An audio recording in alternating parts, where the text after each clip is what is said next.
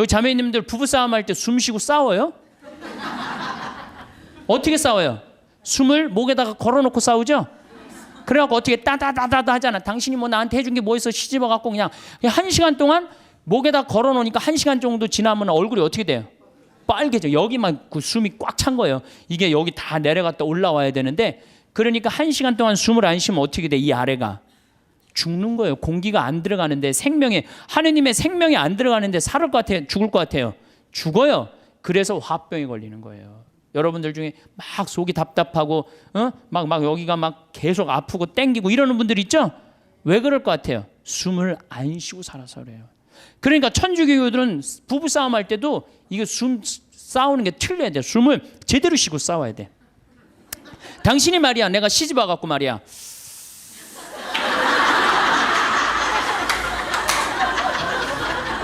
해준 게 뭐가 있어? 외식을 한번 시켜줬어? 여행을 한번 시켜줬어? 이 정도는 돼야지 도인이라고 그러는 거예요. 근데 우리는 10년 20년 성당 다니면 뭐해? 싸울 땐 목에다가 숨 걸어놓고 그냥 막 해대고 따다다다다다 하는데, 이 세상은 넓은 수도원이에요. 여러분들은 돛 닦는 거예요. 저나 여러분들은 돛 닦는 거예요. 그래서 정말 하느님 20년 30년 믿었으면은 그 정도 믿으면 완전히 이제 하느님과 하나가 돼갖고 숨도 정말로 잘 쉬어야죠. 그래서 옛날에 스님들은 산속에 짐승들 많아도 산속에 들어가도 하나도 안 위험했대요. 왜냐하면 정말로 도가 깊은 스님들은 1분에 한 번 숨 쉬었다는 거. 천천히. 그래서 내가 몸이 안 좋은데 이 숨을 느껴야 돼요. 내가 이렇게, 저는 우리 교우들한테 이 기도를 평창에서 가르쳐 주는데, 천천히 쉬면요 다 느껴져요. 간에, 위에, 폐에 정말로 생명이, 하느님의 하느님의 생명이 다 공급되는구나, 그런 걸 다 느껴요. 그러니까 스님들은 산에서 내가 오늘 밤에 참선을 해야 되겠다, 돌에서 탁 소하면 1분에 한 번씩 숨 쉬는 거야. 그럼 짐승들이 스님을 공격하다가 같이 숨을 맞추는 거, 1분에 한 번씩 자기도 쉬는 거야. 새벽에 깨보면 다 죽어 있는 거야, 얘네들이. 숨을 뭐 제대로 못 쉬어갖고. 그러니까 옛날에 스님들은 아무리 깊은 산 속에서도 위험하지가 않았다는 거예요. 그게 도로 가는 길이에요. 근데 우리는 뭐야? 우리가 하느님을 찬양하기 위해서 춤과 노래를 통해서 하느님께 경배드리고 찬양할 수 있는 좋은, 춤과 노래는 우리 신앙의 좋은 동반자라는 말씀을 드렸습니다. 그럼 우리는 춤도 안 추고 노래도 안 한단 말이에요. 그렇다면 우리는 정말로 자유기도는 잘합니까? 자유기도는 잘해요? 구역반 모임 때 제일 힘든 게 뭐예요? 그 자유기도 하면 그냥 서로 눈치 보고 그냥 서로 미루고 이거 할까 말까 그러다가 못하고 지나가는 경우도 굉장히 많아요. 우리 평창에 레지오 단원들 피정 많이 옵니다. 1박 2일 또 하루 피정 이렇게 많이 와요. 그러면은 이게 평창은, 여기는 이렇게 날씨 변화를 많이 못 느끼지만 우리 이렇게 시골로 가면 갈수록 그날의 변화를 너무 많이 느껴요. 그래갖고 이제 날이 너무 좋아갖고 내가 이렇게 합니다. 하느님께서 이렇게 좋은 맑은 날을 주셔서 너무너무 감사하니까 우리 하느님께 우리 보편제한 기도를 하자고. 그래 내가 딱 제안을 했는데 보편제한 기도를 써놓지 않았다, 준비를 하지 않았다. 그럼 갑자기요 찬물 끼얹어 놓은 것이 조용해져. 100명이 그냥 기도하자고 그러는데 1분이 지나면요 아무도 기도 안 합니다. 1분 지나고 나면 단장이 책임의식을 느낍니다. 이거 이렇게 해서는 안 되겠다, 신부님이 기도하자는데.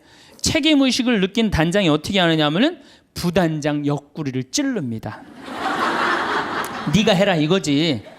그럼 이 부단장이, 단장이 시키면 해야 될 거 아니야. 근데 부단장은 어떻게 하냐면은 단장 손을 내리칩니다. 왜 하필이면 나냐? 나보다 젊은 서기도 있는데 쟤 시켜라 이거죠. 그러니까 레지오 단원이라고 그러면 기도쟁이 아니에요? 기도쟁이? 그렇죠? 그럼 기도를 잘해야 될 거 아니야. 그런데 자유기도 하나조차도 입을 열어 자신 있게 기도하지 못한다. 그게 무슨 신앙이에요? 제가 아까 얘기했죠? 성당에 왜 나옵니까? 왜 나오죠?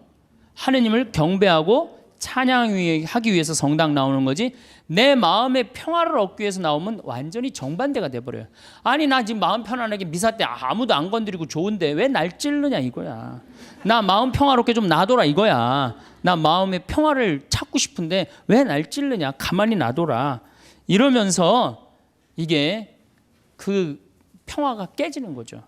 그러니까 누구 위주야? 항상 나 위주예요. 하나님 위주가 아니고. 하나님께 기도하는 게 뭐 그렇게 어렵다고. 아무 말이나 하면 되는 걸. 근데 그 용기가 안 나는 거예요. 그나마 우리는 염경기도 우리 잘하는 거 있죠. 염경기도, 아침기도, 저녁기도, 삼종기도, 묵주기도. 아주 내가 아주 사랑하고 좋아하는 신부님이 한 분 계세요. 이 신부님 이름이 이시구 끝자는 삼자예요. 삼자. 근데 이 신부님이 어렸을 때 성당은 다녔지만은 세례를 안 받았어요. 근데 고등학교 3학년 때 세례를 받으면서 갑자기 신부가 돼야 되겠다. 즉흥적으로 이제 생각을 한 거죠. 그래갖고 이제 신학교를 원래는 세례 받은 지 3년이 지나야지 신학교를 들어갈 수 있거든요. 근데 이제 어렸을 때부터 성당을 다녀서 그런지 본당 신부님이 아주 백을 엄청나게 써갖고 신학교에 들어간 거예요.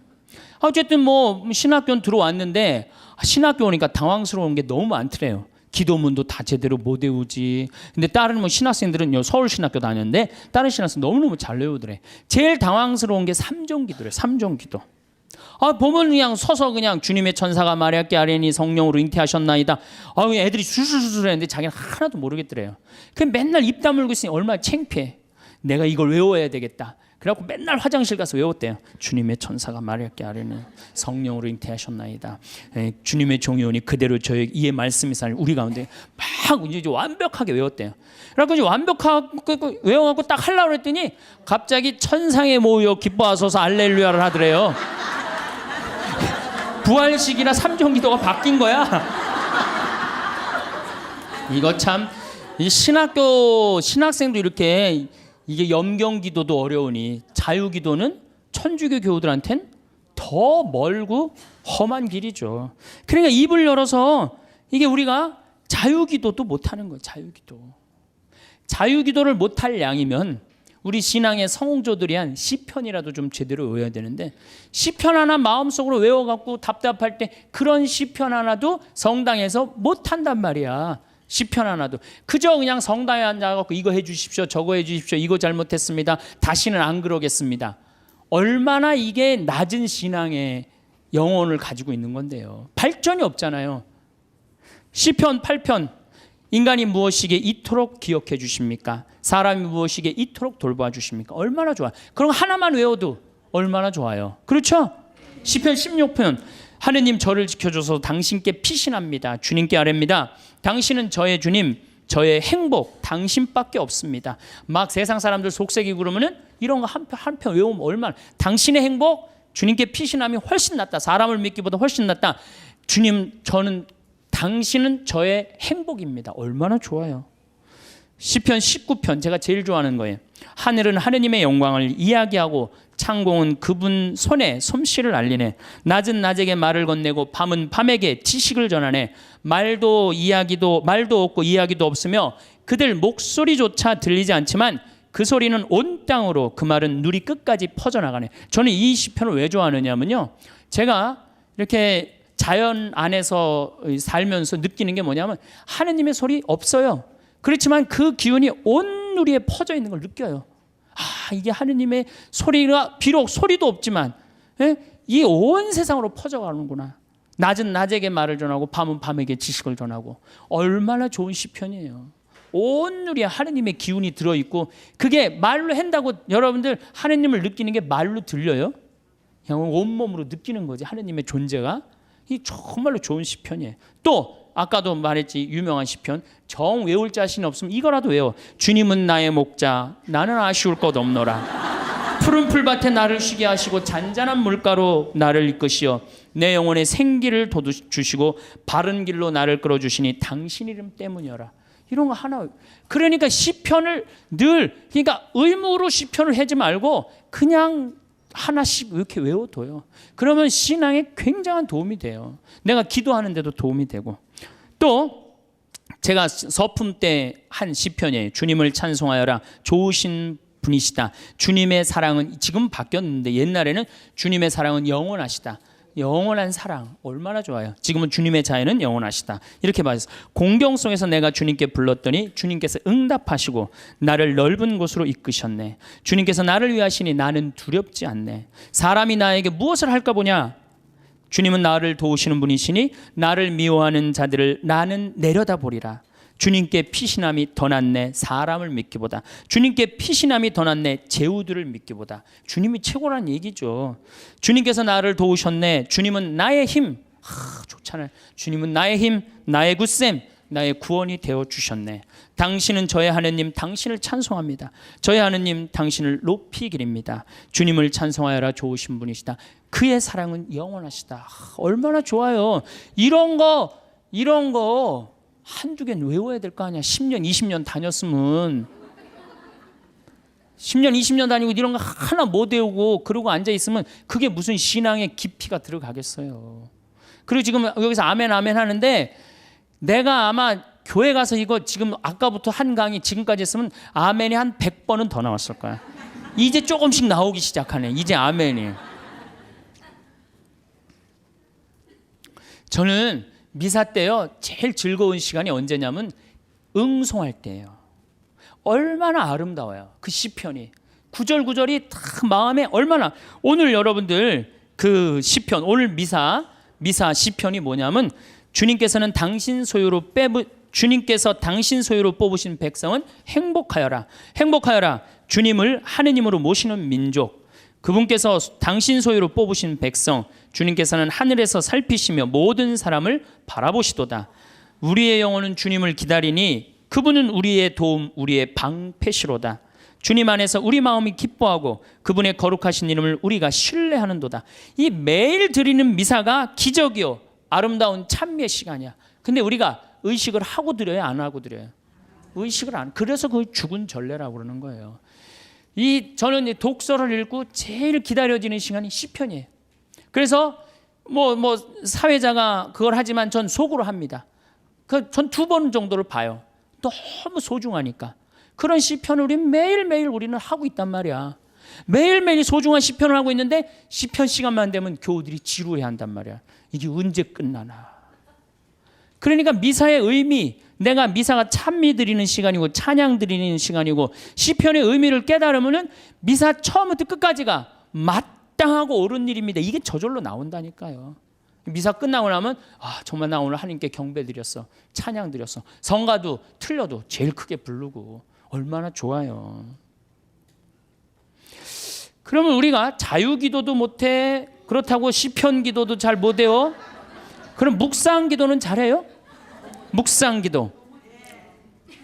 그래도 제일 잘할 수 있는 것 중에 하나가 묵상 기도예요. 천주교 교우들이 나도 이제 기도 좀 마음 잡고 한번 해봐야 되겠다. 그래서 성당에 가갖고 이제 마음 잡고 딱 조용한 깜깜한 데서 딱 앉아갖고 기도를 하기 시작했어. 주님, 오늘 아침부터 내가 잘못한 게, 우리는 무조건 잘못한 것부터 시작하죠. 하느님께 감사하고 찬양하고 그 다음에 잘못한 걸 생각해야 되는데 우리는 성당에 앉자마자부터 뭐해? 아침부터 내가 누구 마음 상처 준 건 없나 이런 거 생각하고. 그러니까 찬양이 자꾸 밀리는 거야. 제일 먼저 기도는 뭐부터 해야 돼? 찬양부터 해. 하느님 아버지, 오늘 밥 세끼 먹게 해주셔서 감사합니다. 내가 당신 은총 속에서 살게 해주셔서 감사합니다. 이렇게 감사한데 내가 당신의 은혜 속에서 살면서도 그 은혜에 보답하지 못하는 부분들이 있습니다. 이렇게 해야 되는데 우린 무조건 내 잘못부터 일단 생각을 하는 거예요. 어쨌든 그리고 이제 성당에 앉아갖고 다 묵상 기도를 무지하게 오래 했어. 하느님 생각도 좀 들어보고 내 얘기도 해보고. 그래갖고 그냥 무지하게 오래 했다고 생각하고 시계를 딱 봤는데 나는 1시간 했다고 생각했는데 시계 보니까 몇 분 지나?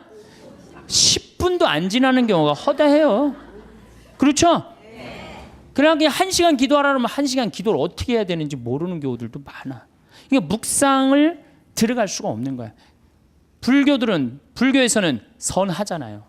이게 불교뿐만 아니라 모든 종교가 뭐예요? 숨 쉬는 게 가장 중요해요. 숨 쉬는 게. 우리가 기도할 때 숨을 잘 쉬면서 기도해야 되거든요. 하느님이 인간을 창조하시고 뭐를 불어넣으셨다고 그래요?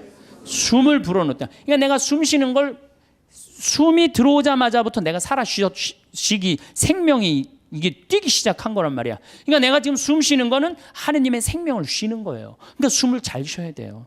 더욱이 신앙인들이라면 1년 세례받은 지 1년 지난 사람의 숨하고 10년 지난 사람의 숨하고는 틀려야 돼요. 또 20년 성당 다닌 사람은 숨은 또 틀려야 돼. 1년 지난 사람은 숨을 1초에 한 번 쉰다면 10년 지난 사람은 10초에 한 번 쉴 줄 알아야 돼요. 그만큼 숨을 잘 쉬어야 돼. 숨을 쉴 때는 코나 입으로 해갖고 심장으로 해서 비장으로 해서 대장으로 해서 간으로 해서 폐로 이렇게 이런 공간으로 이렇게 다 구석구석에 숨을 다 넣어줘야지 이 안에 생명, 하느님의 생명이 살아 숨쉬는 거예요. 그런데 우리 천주교는 10년을 다니든 20년을 다니든 숨 제대로 쉬어요? 여기 자매님들 부부싸움 할 때 숨 쉬고 싸워요? 어떻게 싸워요? 숨을 목에다가 걸어놓고 싸우죠? 그래갖고 어떻게 따다다다다 하잖아. 당신이 뭐 나한테 해준 게 뭐 있어? 시집어갖고 그냥 1시간 동안 목에다 걸어놓으니까 1시간 정도 지나면 얼굴이 어떻게 돼요? 빨개져. 여기만 그 숨이 꽉 찬 거예요. 이게 여기 다 내려갔다 올라와야 되는데 그러니까 1시간 동안 숨을 안 쉬면 어떻게 돼? 이 아래가 죽는 거예요. 공기가 안 들어가는데 하느님의 생명이 안 들어가는데 살을 것 같아요? 죽을 것 같아요? 죽어요. 그래서 화병이 걸리는 거예요. 여러분들 중에 막 속이 답답하고 막 여기가 막 계속 아프고 땡기고 이러는 분들 있죠? 왜 그럴 것 같아요? 숨을 안 쉬고 살아서 그래요. 그러니까 천주교들은 부부싸움 할 때도 이게 숨 싸우는 게 틀려야 돼. 숨을 제대로 쉬고 싸워야 돼. 당신이 말이야, 내가 시집 와갖고 말이야,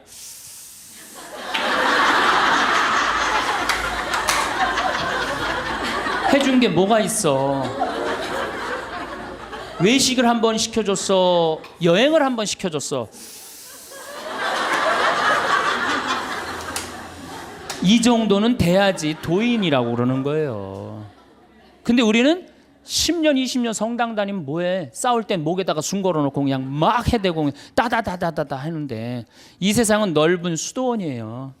여러분들은 돛 닦는 거예요. 저나 여러분들은 돛 닦는 거예요.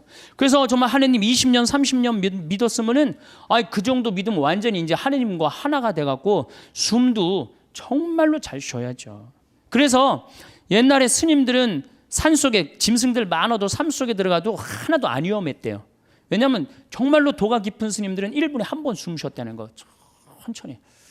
그래서 내가 몸이 안 좋은데 이 숨을 느껴야 돼요. 내가 이렇게 저는 우리 교우들한테 이 기도를 평창에서 가르쳐 주는데 천천히 쉬면요 다 느껴져요. 간에, 위에, 폐에 정말로 생명이 하느님의 하느님의 생명이 다 공급되는구나 그런 걸 다 느껴요.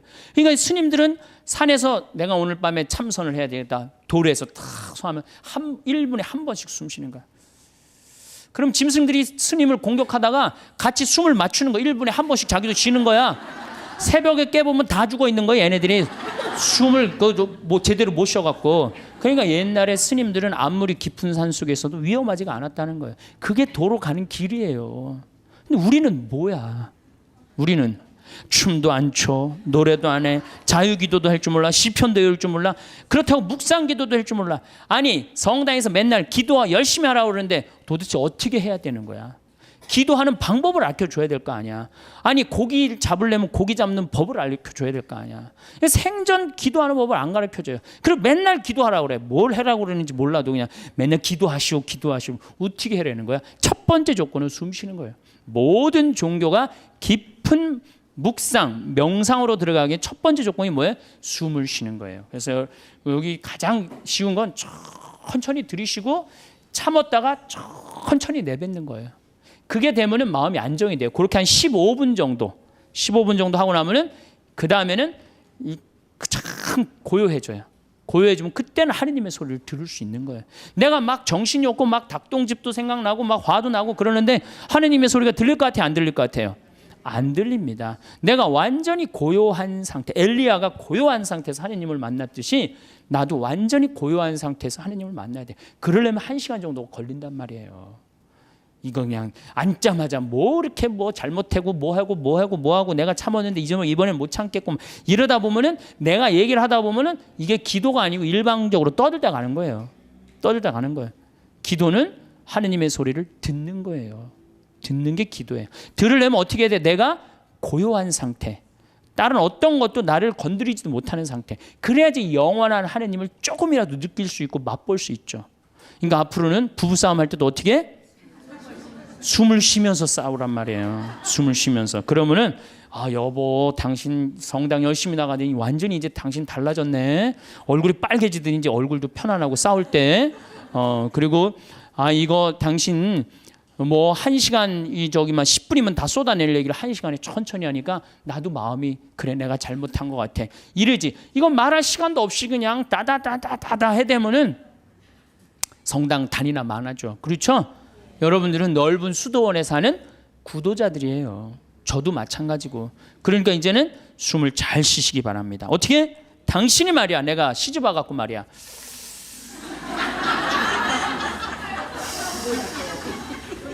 해준 게 뭐가 있어. 이러면은요 부부싸움 100번 할 거요 2번도 안 합니다.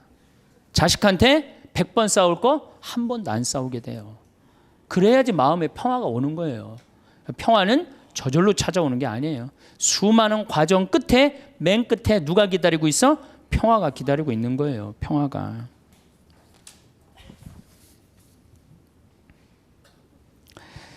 자, 이제 춤도 안 춰, 노래도 안 불러, 자유기도도 할 줄 몰라, 하느님을 향한 인간의 마음을 표현하는 시편도 하나도 외울 줄 몰라, 묵상기도도 할 줄 몰라. 이렇게 하면서 하느님을 믿고 신앙생활을 한다고 말하는 사람은 깜깜한 밤에 등불 없이 가는 거하고 똑같은 거예요. 우리 신앙의 인도자 등불은 누구야? 춤과 노래와 시야. 그러니까 여러분들 그걸 충분히 이용하세요. 물론 성서도 있고 성사도 있고 우리 천주교는 좋은 게 너무너무 많아요. 정말 굉장히 풍요로운 종교예요. 그런데 거기에 맞춰서 이게 성사와 성서가 살아 숨쉬려면 누구의 도움이 필요해? 춤과 예술이 필요하다는 얘기. 한마디로 쉽게 얘기하면은.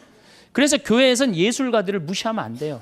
그림 그리는 사람, 춤추는 사람, 노래하는 사람, 시 쓰는 사람들 귀하게 여겨야 돼요. 그걸 귀하게 여기는 공동체만이 영적으로 드러높일 수가 있는 거예요. 자, 이제 그렇다면 남은 건 그림이야, 그림. 근데 이 천주교가 그나마 버티는 게 뭐 때문에 버텨?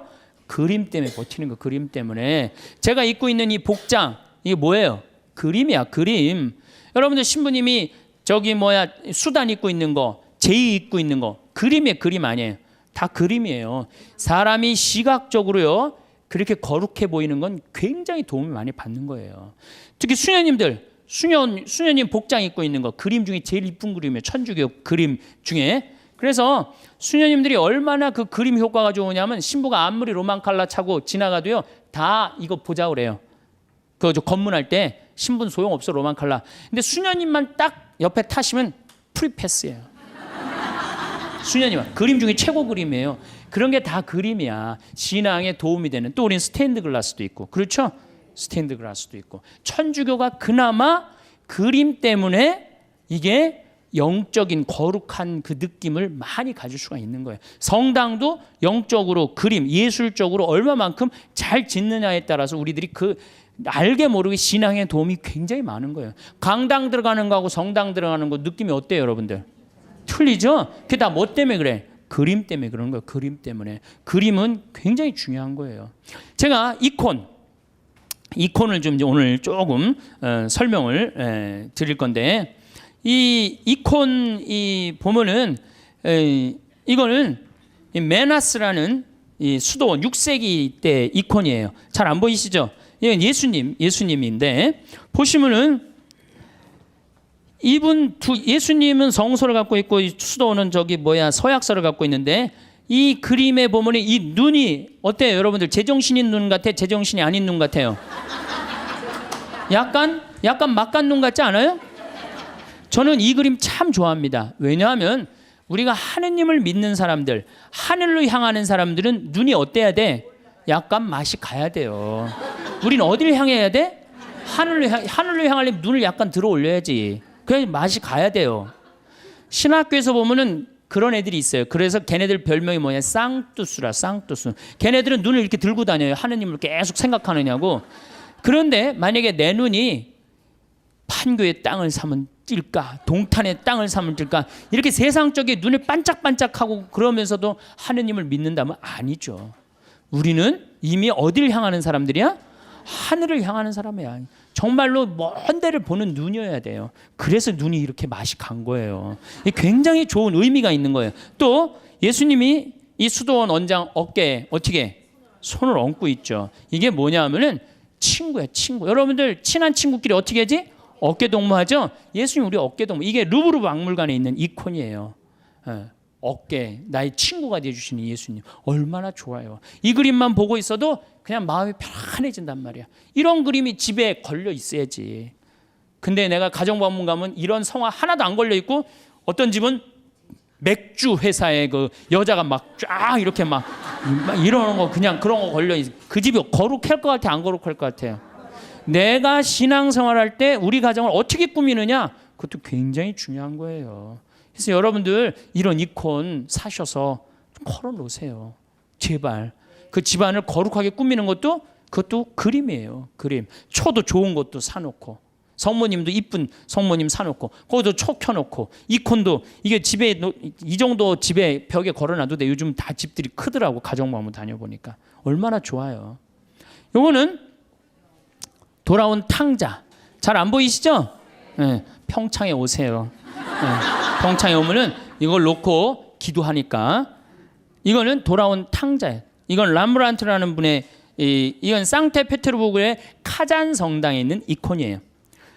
여러분들이 탕자, 예수님이 탕자 얘기를 했지만 저는 이 탕자가 참 나쁜 놈이라고 생각해요.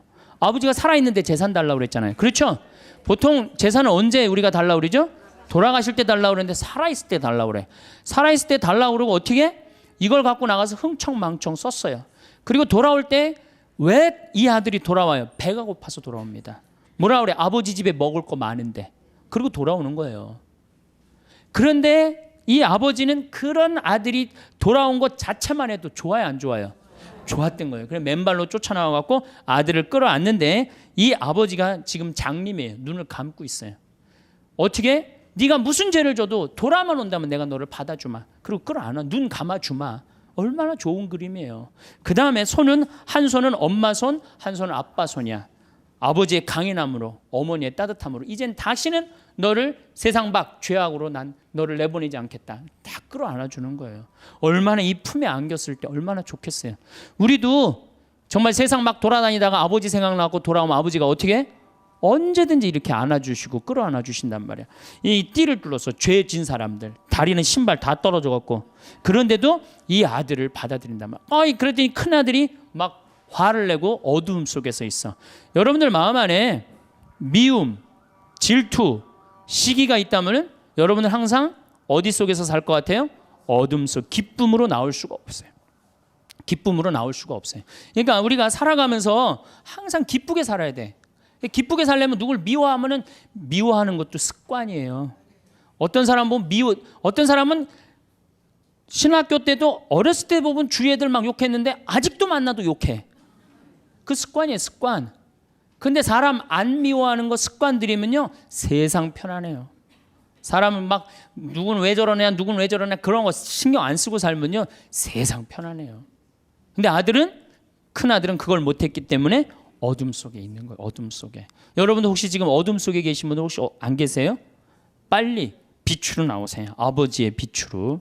이 그림만 봐도 우리가 기도할 수 있는 거예요. 이 그림만 봐도.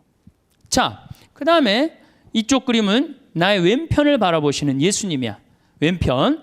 예. 이 왼편을 바라보시는 예수님, 이 그림도 전 참 좋아해요. 왜 좋아하냐면은 사람들은요 항상 오른편을 좋아합니다. 잘생기고 유명하고 높고 권력이 있고 그런 거 좋죠? 여러분들 혹시 무슨 장관 알고 있다면 나 그 사람 알아, 나 그 사람 밥 먹어서 무지하게 자랑하잖아요. 그렇죠? 유명한 사람 알고 있으면은, 그리고 멋있고 잘생긴 사람 좋아하게 돼 있어, 사람은 항상. 그런데 인간은 참 묘해요. 갑자기 그런 사람이 갑자기 흠이 하나 잡혔어. 그러면 그걸 핥히는 게 인간의 습성이에요. 끄집어내고. 아무도 나를 이해하지 못할 때 성당 앞에 가서 앉을 때 누가 나의 왼편을 바라봐줘요? 예수님만이 나의 더럽고 추악하고 정말로 드러내기 창피한 거를 예수님은 따뜻한 눈으로 바라봐 주신단 말이에요. 그러니 이 그림이 얼마나 좋은 그림이에요. 언제나 나의 단점을 얘기할 수 있는 그분, 얼마나 좋아요. 그림. 그래서 우리가 그림이 좋은 거예요. 이거는 내 발을 씻기신 예수님 얘기죠. 그렇죠? 예수님이고 베드로예요. 그런데 여러분들 발을 씻긴다. 뭐 우리가 전례적으로도 발 몇 번 씻겨보고 그랬죠? 그런 경험 있죠? 이스라엘에서 발을 씻긴다. 이건 종이 최고 밑으로 내려간 거예요. 얼마나 그 척박한 땅에 먼지가 얼마나 많아요. 그런데 베드로의 발을 씻긴다. 그런데 예수님의 얼굴이 베드로한테 안 가 있고 어디가 있느냐면 베드로의 발에 입을 맞추고 있어요. 정말 예수님은 낮출 때까지 낮추고 계신 거예요. 그러니까 너무 감격한 베드로가 예수님을 끌어안죠. 자, 생각해 보세요. 내 친구가 돼서 어깨 동무를 해주고 내가 잘못할 때 돌아오면 끌어안아주고 눈 감아주고 나의 왼편을 바라봐 주시고 내 발을 씻겨주신 예수님. 이 예수님한테 우리가 할 일이 뭐가 있을까요? 감사드리고 찬양 드려야지. 여기다 또 뭘 시켜? 우리 예수님 너무 시켜 먹는 거 아니에요? 이제 그만 시켜야 돼요. 여기 이제 예수님은 마지막에는 우리 인간을 위해서 어떻게 하셨어? 십자가에 당신의 목숨을 바치셨어요. 이 예수님께 우리가 경배드리지 않는다면, 우리가 이 예수님께 감사드리지 않는다면, 우리가 이 예수님께 찬양드리지 않는다면 우리가 무슨 신앙인이에요? 우리들은 성당에 나오는 이유가 마음의 평화를 얻기 위해서 나오는 거 아니에요. 이 받은 은혜가 너무 많은 예수님께 감사드리고 찬양드리기 위해서 나온 거예요. 그래서 우리가 앞으로 할 수 있는 말 중에 가장 많은 말은 뭐야? 감사합니다. 찬양합니다. 경배합니다. 당신의 은총 너무너무 감사합니다. 그러다가 정 필요한 게 있으면은 그렇게 하다가 끝에 내가 요즘 우리 아들이 요새 고등학교 3학년이라 시험을 보는데 우리 아들 마음을 좀 차분하게 해주십시오, 주님. 시험 잘 보게 해달라는 것도 그것도 기복이죠. 시험 잘 본 거 지가 노력해야지 잘 보지 예수님이. 그래서 제가 가끔 성령 세미나 때 여기 앞에 앉아 있는 분들한테 여러분들 여기 왜 나왔냐고 제가 물어봐요. 병 고치려고 나왔대요. 병 고치려면 산에 가야지 왜 성당에 와? 그러면 예수님이 눈 아플 때 눈 고쳐주고 배 아플 때 배 고쳐주고 다리 아플 때 다리 고쳐주고 아플 때마다 고쳐줘요? 아니죠? 예수님은 아플 때마다 고쳐주는 분이 아니에요. 건강은 내가 챙기는 거지 하느님이, 물론 은총으로 인간의 한계가 어쩔 수 없을 때 예수님이 은총을 주셔서 고쳐주실 때 있어요. 많아요. 그런 경우. 그런 경우 참 많습니다. 저 그런 경우 많이 봤고 다음 시간에 내가 그런 예만 또 이제 들을 거예요. 그런 예만 들을 건데 참 많아요. 그런데 그게 계속 이어져. 그 사람은 신앙인 아니에요. 그 사람은 신앙인일 수가 없어요. 진정한 신앙인은 그런 거조차도 하나님께 간구하지 않는 거예요. 알아서 해달라고. 당신이 알아서 해달라고. 예. 예수님이 마지막 골고타 언당에서 뭐라고 그러셨어요? 아버지 이 쓴 잔을 저에게서 거두어 주소서. 그러나 제 뜻대로 마시고 아버지 뜻대로 하소서. 근데 우리는 항상 하느님 뜻은 생각하지 않고 하느님의 뜻을 실천하려고 덤벼드는 게 아니고 하느님이 누구 뜻을 실천해야 돼? 내 뜻을 실천해야 돼. 성당에 왜 나왔다고요? 마음의 평화를 얻기 위해서? 아닙니다. 성당에는 하느님께 경배드리기 위해서, 하느님께 찬양드리기 위해서 나온 거예요. 그리고 그 다음은 내 영혼이 구원받기 위해서 나오는 거예요. 내 영혼이. 그 얘기는 내가 다음 시간에 여러분들한테 또 할 거예요. 내 영혼이 구원받기. 그림이라는 게요, 우리 신앙에 굉장한 도움을 줍니다. 제가 능평성당이라고 경기도 광주에 있는 성당인데 거기에 참 재미난 일이 있었어요. 그 능평성당에 그 관할 안에 미술관이 하나 있었어요. 미술관이 하나 있어갖고 그 초청장이 왔어요. 저는 굉장히 그런 거 가는 걸 좋아합니다. 갔는데 그 따삐라고 직조 실로 이렇게 짜는 거 있죠. 그게 딱 하나 걸려 있는데 가시 그게 걸려 있는데 내 가슴이 막 두근두근 뛰는 거예요. 막 벌렁벌렁 거리고. 제가 예술품을 보고 또 언제 벌렁벌렁 거렸느냐면은 석굴암을 보고 벌렁벌렁 거려서. 석굴암에 계신 부처님 정말로 기가 막힌 작품이에요. 그 1500년 작품이지만은 가슴이 막 벌렁벌렁 뛰는 거예요. 그 석가모니의 그 부처님의 그 인자한 눈, 편안한 몸, 아 정말 우리나라 사람들 대단한 정말 예술을 갖고 있는 거예요. 내가 그 석가모니 안에 저기 뭐 석굴암 안에 있는 부처님을 보면서 진짜 가슴이 벌렁벌렁 걸렸어요. 그리고 난 다음에 또 그 가시관을 보고 가슴이 벌렁벌렁 거렸어요. 그래서 이 작품 하시는 교수님이 홍익대학 송번수라는 교수님인데, 내가 그 교수님한테 그랬어요. 나는 이 작품 보고 너무너무 가슴이 떴는데, 당신의 이런 기가 막힌 작품을 내가 성당을 곧 질 텐데 내 성당에다가 하느님께 봉헌하고 싶다. 그리고 이제 1년 반이 지났어요. 1년 반이 지나고 난 다음에 성당이 이제 설계가 나왔을 때 설계와 동시에 갔어요. 내가 성당을 짓는데 교수님 작품을 걸고 싶다고 얘기를 하지 않았느냐. 이제 걸고 싶다. 그랬더니 교수님 깜짝 놀라는 거예요. 말만 했는 줄 알았더니, 그때만 해도 제가 8, 9년 전이니까 참 지금도 젊지만 그때는 더 젊었죠. 예. 깜짝 아주 새파랗고 젊은 신부가 당돌하게 와갖고 이렇게 얘기를 하는데, 근데 그 교수님이 좋다. 내가 신부님 성당에다, 베네딕토 나하고 본명이 같아. 내가 성당에 봉헌하겠다. 근데 교수님 문제가 하나 있다. 무슨 문제가 있냐면, 난 가난한 성당의 본당 신부이기 때문에 돈이 없다. 오로지 있는 건 마음밖에 없다. 근데 이분 작품이 어디에 지금 있냐면 LG 아트센터 가보셨어요? 거기에 있는 작품이 그분이 하신 거예요. 그 다음에 아산 삼성에서 하는 그 병원의 그 작품. 그러니까 그분이 한 번 작품하면 보통 20억, 30억짜리를 하세요. 작품을 한 번 하면. 난 아무것도 몰랐지. 그리고 그 가시가 무슨 작품이었느냐? 이 헝가리 부다페스트 천년제를, 수도 설정 천년제를 기념해 갖고 세계 따비전에 대상 탄 작품이에요. 그러니까 내가 보는 눈이 있었던 거지.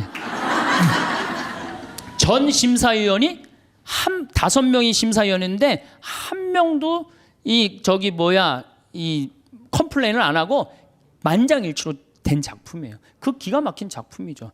그 기가 막힌 교수님, 선생님 작품을 성전에다가, 그 농사꾼 신부의 유럽에 가다 그 책에는 그 사진을 내가 넣어놨어요. 그 사진을 넣어놨는데 기가 막혀요. 그게 4m에 4m야. 1년 동안 짠 거예요. 1년 동안. 시를 4m면 이거보다 훨씬 크죠. 그 성당이, 내가 성당을 이렇게 조립식으로 성당을 이렇게 졌는데 그게 4억 들어갔는데 그 작품이 4억이 훨씬 넘어요. 그러니까 성당보다 작품값이 더 큰 거야. 근데 그분이 실값만 받고 그걸 봉헌해 준 거예요. 실값만. 대단하죠. 오로지.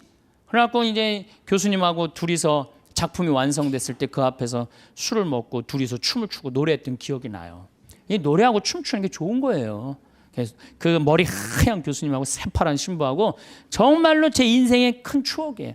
아주 큰 추억이에요. 그래서 지금 능평성당에는 그 미완의 면류관, 제목이 미완의 면류관이에요. 미완의 면류관이 지금 걸려 있어요. 그래서 내가 그 성당 아직도 이제 못 가봤는데, 내가 졌지만 내가 한 번도 못 가봤어요. 아직. 이제 다음 달에 강의가 있어서 이제 갈 건데, 거기에 가만히 앉아 있으면 예수님의 온갖 삶이 다 느껴져요. 온갖 삶이. 여러분들, 이제는요, 여러분들이 예수를 사랑하시면 좋을 것 같아요. 예수를. 그래서 이제 성가도, 춤도, 노래도, 시도 열심히, 그림도 열심히 하는 그런 사람들이 될 때 우리가 하느님께 다가가는 거예요. 제가 우리 교우들한테 이런 이제 강의를 이제 한 지가 한 2달 정도, 2달 전부터 이런 강의를 제가 시작을 했어요. 왜 이런 강의를 제가 하기 시작을 했느냐면은, 지금 이슬람교가 천주교를 앞질렀습니다. 이슬람교가 인구 면에 있어서 이슬람이 훨씬 많아요. 이슬람을 가만히 들여다보니까 철저해요. 신앙생활을 철저하게 해요. 신앙생활을. 근데 천주교를 보니까 점점 더 느슨해져. 막 그야말로 이게 진짜 성당 다니는 사람인지 안 다니는 사람인지 구분도 안 될 정도로 완전히 느슨해지는 거예요. 이렇게 느슨해지다가는 하느님과의 관계가 점점 더 멀어질 수밖에 없어요. 우리도 철저하게 신앙생활, 하느님을 믿는, 우리 신앙 성도들은 하느님을 믿는다는 이유 하나로 어떻게 살으셨어요? 이 순교자성을. 죽는 게 문제가 아니고, 죽는 건 뭐 그냥 죽으면 되는 건데 어떻게 다 산속으로 다 피해 들어갔어요. 옛날에 다 양반집이 다 믿었죠? 산속으로 들어가면은 출세할 길이 있어요, 없어요? 출세할 길이 없어요. 그래서 100년 동안 출세를 못했어요. 천주교 교우들은 100년 동안 세상에 나오지 못했다고, 하느님을 믿는다는 이유 하나로. 하느님을 믿는다는 이유 하나로. 근데 우리는 요즘 자녀들한테 신앙교육을 어떻게 시켜요? 고등학교 3학년만 되면은 성당 안 나가면 슬그머니 눈 감아버린단 말이에요. 1년 동안만 네가. 그러니까 이게 하느님을 왜 믿는지를 모르는 거지. 뭐가 중요한지 모르는 거지. 제가 그 오체 투지 그 라싸까지 그 2100km를 가는 그 모습을 보면서 참 많은 걸 느꼈어요. 제가 우리 성지순례, 우리나라 성지순례 다 지금 제대로 다니는 성지순례 하나도 없어요. 성지순례는 원래 걷는 거예요. 아니 3번 걷고 1번 절하는 건 안 하더라도 걸어는 가야 될 거 아니야. 걸어. 근데 우리 성지순례 어떻게 가? 버스 타고 씩 가갖고 거기서 미사 한번 하고 설명 안 하고 밥 먹고 씩 돌아오잖아요. 거기에 감동이 있을 것 같아요? 감동이 있을 수가 없어요. 제가 능평 본당 신부 할 때 교우들한테 그랬어요. 성지순례 가자고 그래서 제가 계속 관두자. 그래서 딱 9월 달에 성지순례를 했어. 어떻게 성지순례를 했냐면은 전체 교우들을 다 세남터에서부터 미리네까지 걷게 했어요. 세남터에서 미리네까지. 어떻게 걷게? 목, 금, 토, 일 4일 동안을 걷는 거예요. 어떻게 걸어? 저녁 7시에 퇴근해갖고 애들 다 학교 가는 애들 다 일찍 나오고 직장 퇴근하면 다 나와요. 그래갖고 세남터까지 버스로 데리고 가요. 그래서 세남터에서부터 과천 남태령 가갖고 과천 지나갖고 인덕원 성당 거기까지 딱 가니까 새벽 2시야. 그럼 그땐 또 관광버스 타고 집으로 가는 거예요. 다음날 아침에 일어나갖고 다 출근하고 애들 학교 다 가. 다음날 또 저녁 7시에 인덕원서부터 또 걷는 거예요. 인덕원서부터. 그래갖고 인덕원부터 하우연 성당 해갖고 이 능평 우리 성당 있는 데까지 또 오는 거예요. 우리 성당이 김대건 신부님이 시신이 지나갔던 데거든요. 시신이 지나갔는데 거기서 이제 또 헤어지는 거예요. 새벽 2시에 마지막 기도하고 그 다음에 이제 토요일 날은 2시부터 밤 10시까지 양지까지 우리 성당 광주에서부터 양지까지 걷는 거예요. 전체 교우가. 그리고 이제 주일날은 이제 전체 교우들 뭐 하루에 300명, 400명씩 걸었으니까 우리 교우가 2,000명밖에 안 됐거든요. 그냥 다 걸은 거지 교우들은. 그래갖고 이제 마지막 날은 양지에서부터 삼도고개 넘어가고 미리네 이제 김대원 신부님 무덤 앞에 가갖고 무릎을 꿇고 다 신부님 앞에서 조배를 하는데 다 우는 거예요. 교우들이. 그게 성지순례라는 거예요. 그게 우리 너무 쉽게 신앙생활해요 요즘. 그냥 거저하는 거 거저. 그러니까 쉽게 신앙생활하니까 하느님을 깊게 느끼지도 못하고 쉽게 떠나고. 그래서 여러분들 이제는 신앙생활의 본질을 우리가 잡아야 돼요. 그건 너무너무 쉬워요. 천주교 요리문답 1조만 생각하면 돼. 사람이 무엇을 위하여 낳느냐? 천주를 알아 공경하고 자기의 구원을 위하여 낳느니라. 그래서 이제 천주님을 공경하는 데는 우리가 뭘 해야 돼? 찬양, 성가 부르고 춤춰드리고. 춤은 밤 10시에 성당 가서 이제 다 문걸어 잠고 추세요. 예? 밤 10시에. 예. 그리고 성가도 그래요. 저는 성가를 혼자서 성당에서 1시간씩 부르는 걸 참 좋아해요. 그냥 내가 아는 노래 그냥 다 부르는 거예요. 성당에서. 뭐 요즘은 뭐 성당에 교우들이 많이 와갖고 잘 부르지는 못하지만은 그래도 옛날에는 성가 1시간, 2시간 부르고 나면 그렇게 행복해요. 여러분들도 그렇게 성가 부르세요. 그리고 집에서도 불러 좀. 제발. 오늘 밤에 당장에 순교자 성월이니까 장하다 순교자 설화벌 예터절에 저녁에 집에서 부르란 말이에요. 예? 그래야만이 내가 신앙이 뜨거워지는 거예요. 예. 그럼 막 성가 부르는데 막 밤 9시 막 9시 반 막 너무 뜨거워. 그럼 바로 그 뜨거운 마음을 성당에 가갖고 제일 예쁜 옷을 입고 가갖고 딱 춤추고 딱 들어오란 말이야. 그러면은 하느님과의 관계가 제대로 형성이 되는 거예요. 그리고 여러분들 시편 기도 좀 하고 아침에 일어나고 그 시편 다 처음부터 끝까지 읽지 마시고 하나만 펴도 좋은 내용이 너무너무 많아요. 그냥 내 마음을 그대로 표현하는 시편들이 천재야. 150편까지 여러분들 보십시오. 아주 기가 막힙니다. 그러니까 시편 하나씩 읽고 얼마나 좋아요. 또 저녁에 주무실 때 어떻게 숨을 천천히 2번 들이쉬고 4번 내뱉고 다음에 4번 들이쉬고 8번 내뱉고 천천히 나눠서. 그러니까 숨 한 번 쉴 때 1분 내지 2분 정도 천천히. 그러면 내 마음이 온전히 고요해진단 말이에요. 그럴 때 마지막에 촛불 켜놓고 기도하고 주무신다면 여러분들이 정말 얼마나 행복하겠어요. 하느님과의 만남도 친숙해지고. 그거 너무너무 쉽죠. 그 다음에 그림. 이제 집에 가서 맥주 그 사진은 다 떼어버리고 이콘 이거 좀 비쌀 거예요. 뭐 한 2만 원, 3만 원 정도 될 거예요. 비싸지도 않지 사실은. 2만 원, 3만 원 하면은 그거 사다가 아이 방에도 하나 걸어주고 그 다음에 어디야 집에도 거실에도 하나 걸고 이렇게 여러분들이 집안을 거룩하게 가꾸고 신앙의 분위기로 완전히 돌려놓을 때 여러분들은 정말로 신앙인다운 예수님 보시기 이쁜 그런 신앙인이 될 수 있습니다. 오늘도 황창현 신부님의 행복특강 잘 들으셨나요? 이어서 나이 들수록 들으면 도움이 되는 지혜의 말씀을 들려드리겠습니다. 첫째, 외로움을 두려워하지 마세요. 나이가 들면 가장 걱정되는 것이 무엇인지 사람들에게 물으면 남자들은 외로움이, 여성들은 경제력이 가장 걱정된다고 합니다. 먹고 사는 걱정과 외로움에 대한 걱정은 어쩌면 당연한 것이겠지요. 그러나 남녀를 떠나서 대부분의 사람들은 혼자가 되는 것을 두려워합니다.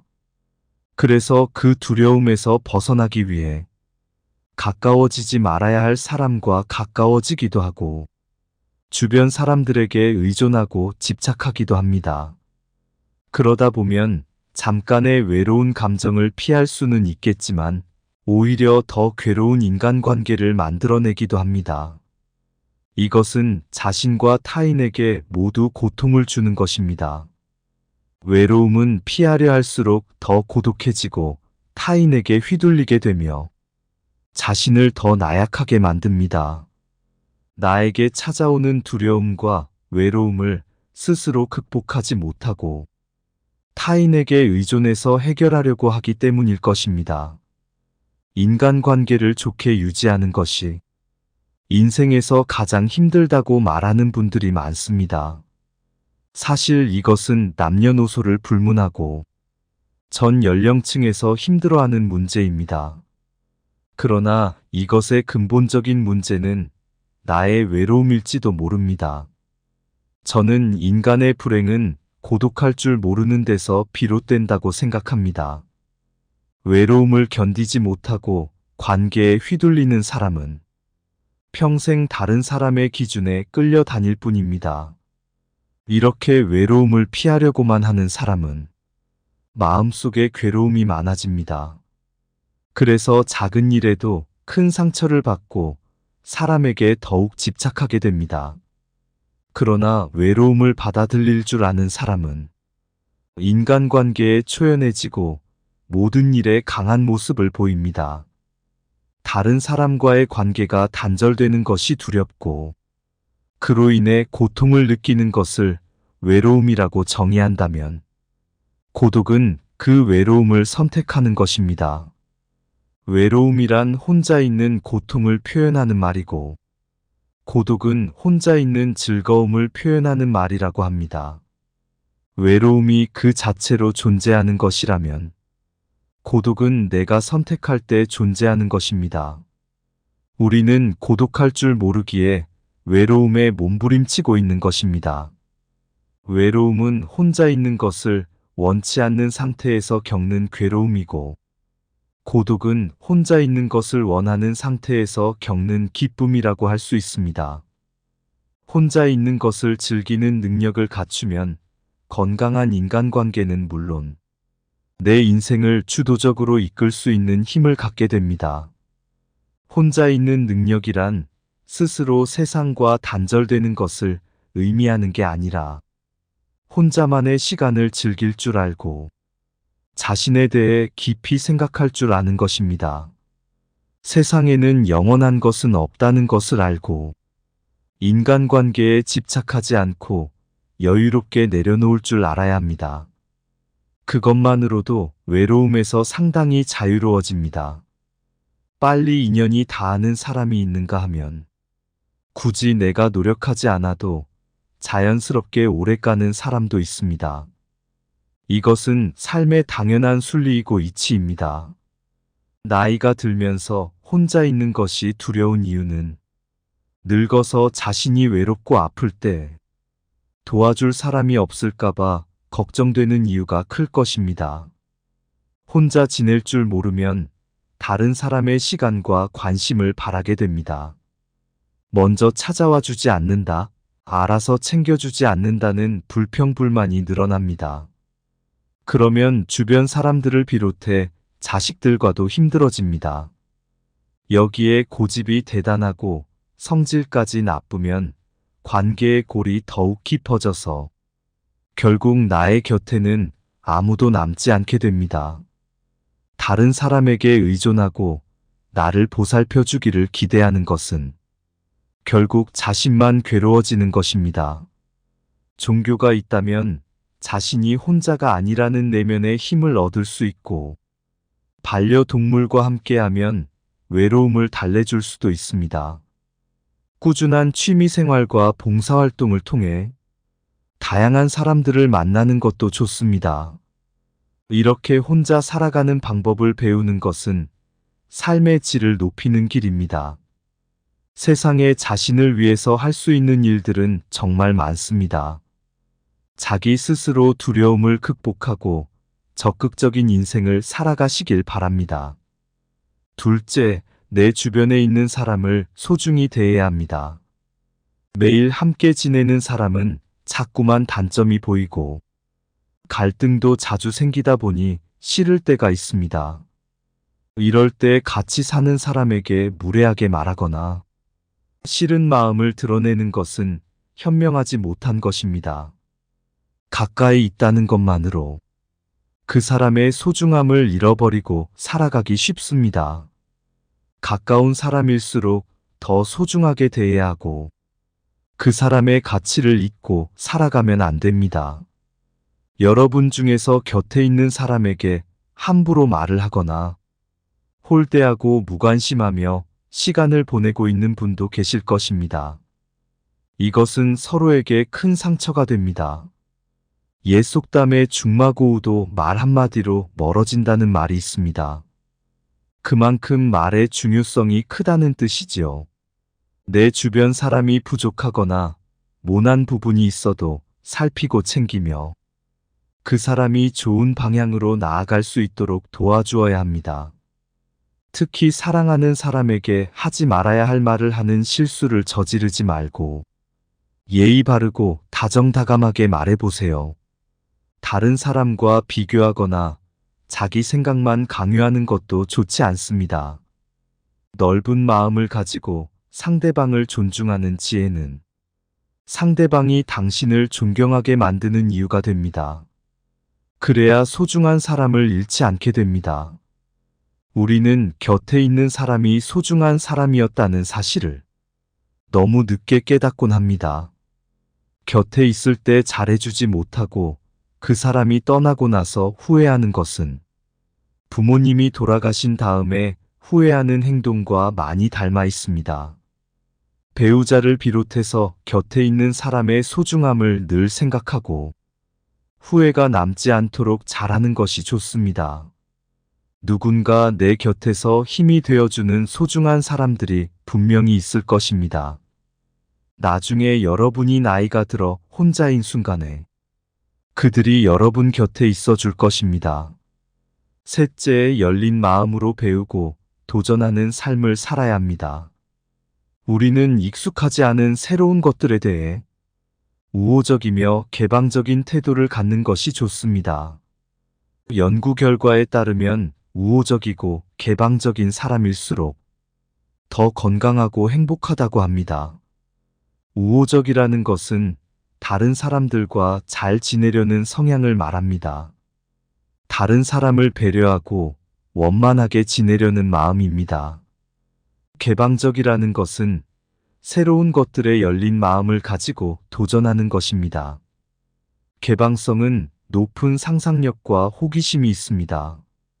원만한 관계 속에서 다양한 새로움을 경험하는 사람들이 더 행복하다는 것입니다. 새로운 취미를 찾거나 새로운 것에 도전하는 것은 인생에 활력을 주고 도움이 됩니다. 특히 호기심은 활력의 원천이며 내면의 힘을 기르는 기본적인 마음이라고 할 수 있습니다. 사람은 호기심을 잃는 순간 늙는다는 말이 있습니다. 혼자만의 시간을 잘 활용해서 자신의 부족한 점을 채워나가고 그동안 미뤄왔던 하고 싶었던 일을 하며 살아간다면 풍요롭고 행복한 삶을 누릴 수 있을 것입니다. 항상 배우는 자세를 유지하세요. 배우는 것을 멈추지 마세요. 무엇이 되었든 배움은 당신에게 큰 기쁨이 될 것입니다. 작은 목표를 달성하고 성취감을 맛보면서 삶의 에너지를 얻으세요. 새로운 것에 도전하는 것은 용기가 필요한 일이지만 자신의 한계를 넓혀가는 과정에서 커다란 성취감과 무엇과도 바꿀 수 없는 자신감을 얻을 수 있습니다. 넷째, 혼자가 될 줄 아는 사람이 좋은 인간관계를 만들 수 있습니다. 여러분이 삶을 살아가면서 가장 중요하다고 생각하는 것은 무엇인가요? 많은 사람이 인간관계가 행복한 삶의 원천이라고 생각합니다. 실제로 전 세계적으로 인간관계가 행복에 큰 영향을 미친다는 수많은 연구 결과가 나와 있습니다. 하지만 나이가 들어가면서 인간관계에 매달릴 필요는 없다고 생각합니다. 인간관계가 언제나 우리에게 긍정적인 효과를 주는 것은 아니기 때문입니다. 잘 맞지 않는 사람들과 억지로 관계를 이어나가려고 하면 오히려 불행을 초래할 수 있습니다. 인간관계 때문에 쓸데없는 에너지를 낭비하고 스트레스를 받게 되니 나의 행복을 위해서 나이가 들수록 혼자가 되는 것을 선택하는 용기가 필요합니다. 모든 사람들은 혼자가 되는 것에 두려움을 가지고 있습니다. 그리고 그러한 결핍을 채우기 위해 타인에게 의존하려고 합니다. 하지만 이런 태도는 타인에게 이용당하거나 남들에게 휘둘리기 쉬운 사람이 될 수 있습니다. 반면에 혼자서도 시간을 잘 보내는 사람은 현명하게 고독을 즐기며 시간을 잘 활용하고 자신의 부족한 부분을 스스로 채우려고 노력합니다. 좋은 인간관계를 맺는 것은 삶의 질을 높여주고 행복감을 주는 요소입니다. 하지만 좋은 인간관계를 맺기 위해서는 자신의 가치와 존중을 잃어버리면 안 됩니다. 단순하게 나이를 많이 먹었다고 성인이 아니라 진정한 성인이란 몸과 마음이 성숙하고 자유와 책임을 다하는 사람을 의미합니다. 성인으로서 자신의 두려움을 극복하고 자신의 삶을 스스로 키워나가면 행복한 삶을 누릴 수 있을 것입니다. 다섯째, 혼자가 될 줄 알아야 다른 사람을 이해할 수 있습니다. 스스로를 받아들일 수 있을 때 비로소 다른 사람을 수용할 수 있다고 합니다. 자기 자신을 이해하고 알아가는 시간을 꼭 가지세요. 누군가 당신에게 솔직하게 속마음을 얘기한다는 것은 그 사람이 당신을 그만큼 신뢰하고 있다는 증거입니다. 그렇게 할 수 있는 이유는 당신이 스스로를 받아들이는 성숙한 모습을 보여주었기 때문일 것입니다. 그 내면에서 나타나는 여유로움은 다른 사람의 감정에 깊이 공감하고 이해할 수 있는 이유입니다. 나를 신뢰하고 따르는 누군가가 있다는 사실만으로 당신은 인간관계에서 안정감을 느끼게 될 것입니다. 혼자가 될 줄 알아야 편안하고 행복할 수 있는 이유입니다. 자신과의 시간을 충분히 갖고 자신과 대화하며 해답을 찾아보세요.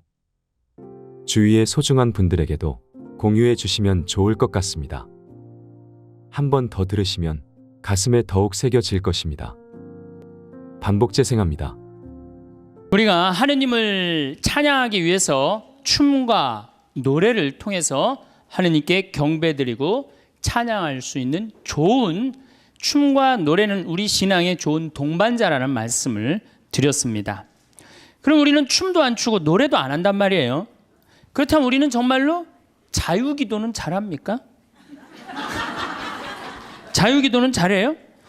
구역반 모임 때 제일 힘든 게 뭐예요? 그 자유기도 하면 그냥 서로 눈치 보고 그냥 서로 미루고 이거 할까 말까 그러다가 못하고 지나가는 경우도 굉장히 많아요. 우리 평창에 레지오 단원들 피정 많이 옵니다. 1박 2일 또 하루 피정 이렇게 많이 와요. 그러면은 이게 평창은 여기는 이렇게 날씨 변화를 많이 못 느끼지만 우리 이렇게 시골로 가면 갈수록 그날의 변화를 너무 많이 느껴요. 그래갖고 이제 날이 너무너무 좋아갖고 내가 이렇게 합니다. 하느님께서 이렇게 좋은 맑은 날을 주셔서 너무너무 감사하니까 우리 하느님께 우리 보편제한 기도를 하자고. 그래 내가 딱 제안을 했는데 보편제한 기도를 써놓지 않았다. 준비를 하지 않았다. 그럼 갑자기요. 찬물 끼얹어 놓은 것이 조용해져. 100명이 그냥 기도하자고 그러는데 1분이 지나면요. 아무도 기도 안 합니다. 1분 지나고 나면 단장이 책임의식을 느낍니다. 이거 이렇게 해서는 안 되겠다. 신부님이 기도하자는데 책임의식을 느낀 단장이 어떻게 하느냐면은 부단장 옆구리를 찌릅니다. 네가 해라 이거지. 그럼 이 부단장이 단장이 시키면 해야 될 거 아니야. 근데 부단장은 어떻게 하냐면은 단장 손을 내리칩니다. 왜 하필이면 나냐? 나보다 젊은 서기도 있는데 쟤 시켜라 이거죠. 그러니까 레지오 단원이라고 그러면 기도쟁이 아니에요? 기도쟁이? 그렇죠?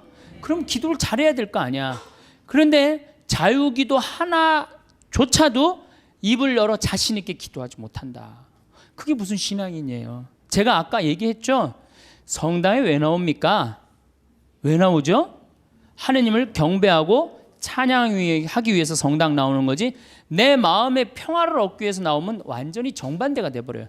아니 나 지금 마음 편안하게 미사 때 아무도 안 건드리고 좋은데 왜 날 찌르냐 이거야. 나 마음 평화롭게 좀 놔둬라 이거야. 나 마음의 평화를 찾고 싶은데 왜 날 찌르냐. 가만히 놔둬라. 이러면서 이게 그 평화가 깨지는 거죠. 그러니까 누구 위주야? 항상 나 위주예요. 하느님 위주가 아니고. 하느님께 기도하는 게 뭐 그렇게 어렵다고. 아무 말이나 하면 되는 걸. 근데 그 용기가 안 나는 거예요. 그나마 우리는 염경기도 우리 잘하는 거 있죠. 염경기도, 아침기도, 저녁기도, 삼종기도, 묵주기도. 내가 아주 사랑하고 좋아하는 신부님이 한 분 계세요. 이 신부님 이름이 이시구 끝자는 삼자예요. 삼자. 근데 이 신부님이 어렸을 때 성당은 다녔지만은 세례를 안 받았어요. 근데 고등학교 3학년 때 세례를 받으면서 갑자기 신부가 돼야 되겠다. 즉흥적으로 이제 생각을 한 거죠. 그래갖고 이제 신학교를 원래는 세례 받은 지 3년이 지나야지 신학교를 들어갈 수 있거든요. 근데 이제 어렸을 때부터 성당을 다녀서 그런지 본당 신부님이 아주 백을 엄청나게 써갖고 신학교에 들어간 거예요. 어쨌든 뭐 신학교는 들어왔는데 신학교 오니까 당황스러운 게 너무 많더래요. 기도문도 다 제대로 못 외우지. 근데 다른 뭐 신학생들은 서울 신학교 다녔는데 다른 신학생 너무너무 잘 외우더래. 제일 당황스러운 게 삼종기도래. 삼종기도. 보면 그냥 서서 그냥 주님의 천사가 마리아께 아뢰니 성령으로 잉태하셨나이다. 애들이 술술술 했는데 자기는 하나도 모르겠더래요. 그냥 맨날 입 다물고 있으니 얼마나 창피해. 내가 이걸 외워야 되겠다. 그래갖고 맨날 화장실 가서 외웠대요. 주님의 천사가 마리아께 아뢰니 성령으로 잉태하셨나이다. 주님의 종이오니 그대로 저희 이의 말씀이 살 우리 가운데 막 이제 완벽하게 외웠대요. 그래갖고 이제 완벽하게 외워갖고 딱 하려고 그랬더니 갑자기 천상에 모여 기뻐하소서 알렐루야를 하더래요. 부활식이나 삼종기도가 바뀐 거야. 이거 참 이 신학생도 이렇게 이게 염경기도도 어려우니 자유기도는 천주교 교우들한텐 더 멀고 험한 길이죠. 그러니까 입을 열어서 이게 우리가 자유기도도 못하는 거예요. 자유기도를 못할 양이면 우리 신앙의 성공조들이 한 시편이라도 좀 제대로 외워야 되는데 시편 하나 마음속으로 외워갖고 답답할 때 그런 시편 하나도 성당에서 못한단 말이야. 시편 하나도. 그저 그냥 성당에 앉아갖고 이거 해주십시오. 저거 해주십시오. 이거 잘못했습니다. 다시는 안 그러겠습니다. 얼마나 이게 낮은 신앙의 영혼을 가지고 있는 건데요. 발전이 없잖아요. 시편 8편 인간이 무엇이기에 이토록 기억해 주십니까? 사람이 무엇이기에 이토록 돌봐 주십니까? 얼마나 좋아요. 그럼 하나만 외워도 얼마나 좋아요. 그렇죠? 시편 16편 하느님 저를 지켜줘서 당신께 피신합니다. 주님께 아뢰입니다. 당신은 저의 주님, 저의 행복, 당신밖에 없습니다. 막 세상 사람들 속색이고 그러면은 이런 거 한편 외우면 얼마나, 당신의 행복, 주님께 피신함이 훨씬 낫다. 사람을 믿기보다 훨씬 낫다. 주님, 당신은 저의 행복입니다. 얼마나 좋아요. 시편 19편 제가 제일 좋아하는 거예요. 하늘은 하느님의 영광을 이야기하고 창공은 그분 손에 솜씨를 알리네. 낮은 낮에게 말을 건네고 밤은 밤에게 지식을 전하네. 말도 없고 이야기도 없으며 그들 목소리조차 들리지 않지만 그 소리는 온 땅으로, 그 말은 누리 끝까지 퍼져나가네. 저는 이 시편을 왜 좋아하느냐면요, 제가 이렇게 자연 안에서 살면서 느끼는 게 뭐냐면 하느님의 소리 없어요. 그렇지만 그 기운이 온 누리에 퍼져 있는 걸 느껴요. 이게 하느님의 소리가 비록 소리도 없지만 이 온 세상으로 퍼져가는구나. 낮은 낮에게 말을 전하고 밤은 밤에게 지식을 전하고. 얼마나 좋은 시편이에요. 온 누리에 하느님의 기운이 들어있고, 그게 말로 한다고 여러분들 하느님을 느끼는 게 말로 들려요? 그냥 온몸으로 느끼는 거지, 하느님의 존재가. 이 정말로 좋은 시편이에요. 또 아까도 말했지, 유명한 시편, 정 외울 자신 없으면 이거라도 외워. 주님은 나의 목자, 나는 아쉬울 것 없노라. 푸른 풀밭에 나를 쉬게 하시고 잔잔한 물가로 나를 이끄시어 내 영혼에 생기를 돋주시고 바른 길로 나를 끌어주시니 당신 이름 때문이어라. 이런 거 하나. 그러니까 시편을 늘, 그러니까 의무로 시편을 하지 말고 그냥 하나씩 이렇게 외워둬요. 그러면 신앙에 굉장한 도움이 돼요. 내가 기도하는데도 도움이 되고. 또 제가 서품 때 한 시편이에요. 주님을 찬송하여라, 좋으신 분이시다. 주님의 사랑은, 지금 바뀌었는데 옛날에는 주님의 사랑은 영원하시다. 영원한 사랑 얼마나 좋아요. 지금은 주님의 자애는 영원하시다. 이렇게 말했어요. 공경송에서 내가 주님께 불렀더니 주님께서 응답하시고 나를 넓은 곳으로 이끄셨네. 주님께서 나를 위하시니 나는 두렵지 않네. 사람이 나에게 무엇을 할까 보냐. 주님은 나를 도우시는 분이시니 나를 미워하는 자들을 나는 내려다보리라. 주님께 피신함이 더 낫네, 사람을 믿기보다. 주님께 피신함이 더 낫네, 제후들을 믿기보다. 주님이 최고란 얘기죠. 주님께서 나를 도우셨네. 주님은 나의 힘. 좋잖아요. 주님은 나의 힘, 나의 굳셈, 나의 구원이 되어주셨네. 당신은 저의 하느님, 당신을 찬송합니다. 저의 하느님, 당신을 높이 기립니다. 주님을 찬송하여라, 좋으신 분이시다. 그의 사랑은 영원하시다. 얼마나 좋아요. 이런 거 한두 개는 외워야 될 거 아니야. 10년, 20년 다녔으면. 10년, 20년 다니고 이런 거 하나 못 외우고 그러고 앉아있으면 그게 무슨 신앙의 깊이가 들어가겠어요. 그리고 지금 여기서 아멘 아멘 하는데, 내가 아마 교회 가서 이거 지금 아까부터 한 강의 지금까지 했으면 아멘이 한 100번은 더 나왔을 거야. 이제 조금씩 나오기 시작하네. 이제 아멘이. 저는 미사 때요, 제일 즐거운 시간이 언제냐면 응송할 때예요. 얼마나 아름다워요. 그 시편이. 구절구절이 딱 마음에 얼마나. 오늘 여러분들 그 시편, 오늘 미사 시편이 뭐냐면 주님께서 당신 소유로 뽑으신 백성은 행복하여라. 행복하여라. 주님을 하느님으로 모시는 민족. 그분께서 당신 소유로 뽑으신 백성, 주님께서는 하늘에서 살피시며 모든 사람을 바라보시도다. 우리의 영혼은 주님을 기다리니 그분은 우리의 도움, 우리의 방패시로다. 주님 안에서 우리 마음이 기뻐하고 그분의 거룩하신 이름을 우리가 신뢰하는도다. 이 매일 드리는 미사가 기적이요, 아름다운 찬미의 시간이야. 근데 우리가 의식을 하고 드려요, 안 하고 드려요? 의식을 안. 그래서 그 죽은 전례라고 그러는 거예요. 저는 이 독서를 읽고 제일 기다려지는 시간이 시편이에요. 그래서 뭐 사회자가 그걸 하지만 전 속으로 합니다. 전 2번 정도를 봐요. 너무 소중하니까. 그런 시편을 매일매일 우리는 하고 있단 말이야. 매일매일 소중한 시편을 하고 있는데 시편 시간만 되면 교우들이 지루해한단 말이야. 이게 언제 끝나나. 그러니까 미사의 의미, 내가 미사가 찬미 드리는 시간이고 찬양 드리는 시간이고 시편의 의미를 깨달으면 미사 처음부터 끝까지가 마땅하고 옳은 일입니다. 이게 저절로 나온다니까요. 미사 끝나고 나면 정말 나 오늘 하나님께 경배 드렸어, 찬양 드렸어. 성가도 틀려도 제일 크게 부르고 얼마나 좋아요. 그러면 우리가 자유기도도 못해, 그렇다고 시편 기도도 잘 못해요? 그럼 묵상 기도는 잘해요? 묵상 기도. 그래도 제일 잘할 수 있는 것 중에 하나가 묵상 기도예요. 천주교 교우들이 야 나도 이제 기도 좀 마음 잡고 한번 해봐야 되겠다. 그래서 성당에 가갖고 이제 마음 잡고 딱 조용한 깜깜한 데서 딱 앉아갖고 기도를 하기 시작했어. 주님 오늘 아침부터 내가 잘못한 게 우리는 무조건 잘못한 것부터 시작하죠. 예. 하느님께 감사하고 찬양하고 그 다음에 잘못한 걸 생각해야 되는데 우리는 성당에 앉자마자부터 뭐해? 아침부터 내가 누구 마음 상처 준 건 없나 이런 거 생각하고 그러니까 찬양이 자꾸 밀리는 거야. 제일 먼저 기도는 뭐부터 해야 돼? 찬양부터 해. 하느님 아버지 오늘 밥 세끼 먹게 해주셔서 감사합니다. 내가 당신 은총 속에서 살게 해주셔서 감사합니다. 이렇게 감사한데 내가 당신의 은혜 속에서 살면서도 그 은혜에 보답하지 못하는 부분들이 있습니다. 이렇게 해야 되는데 우린 무조건 내 잘못부터 일단 생각을 하는 거예요. 어쨌든 그리고 이제 성당에 앉아갖고 다 기도를 묵상 기도를 무지하게 오래 했어. 하느님 생각도 좀 들어보고 내 얘기도 해보고 그래갖고 그냥 무지하게 오래 했다고 생각하고 시계를 딱 봤는데 나는 1시간 했다고 생각했는데 시계 보니까 몇 분 지나? 10분도 안 지나는 경우가 허다해요. 그렇죠? 그냥 1시간 기도하라면 1시간 기도를 어떻게 해야 되는지 모르는 경우들도 많아. 그러니까 묵상을 들어갈 수가 없는 거야. 불교에서는 선하잖아요. 이게 불교뿐만 아니라 모든 종교가 뭐예요? 숨 쉬는 게 가장 중요해요. 숨 쉬는 게. 우리가 기도할 때 숨을 잘 쉬면서 기도해야 되거든요. 하느님이 인간을 창조하시고 뭐를 불어넣으셨다고 그래요? 숨을 불어넣었다. 그러니까 내가 숨 쉬는 걸 숨이 들어오자마자부터 내가 살아 쉬기 생명이 이게 뛰기 시작한 거란 말이야. 그러니까 내가 지금 숨 쉬는 거는 하느님의 생명을 쉬는 거예요. 그러니까 숨을 잘 쉬어야 돼요.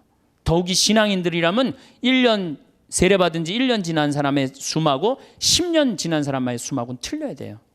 또 20년 성당 다닌 사람은 숨은 또 틀려야 돼.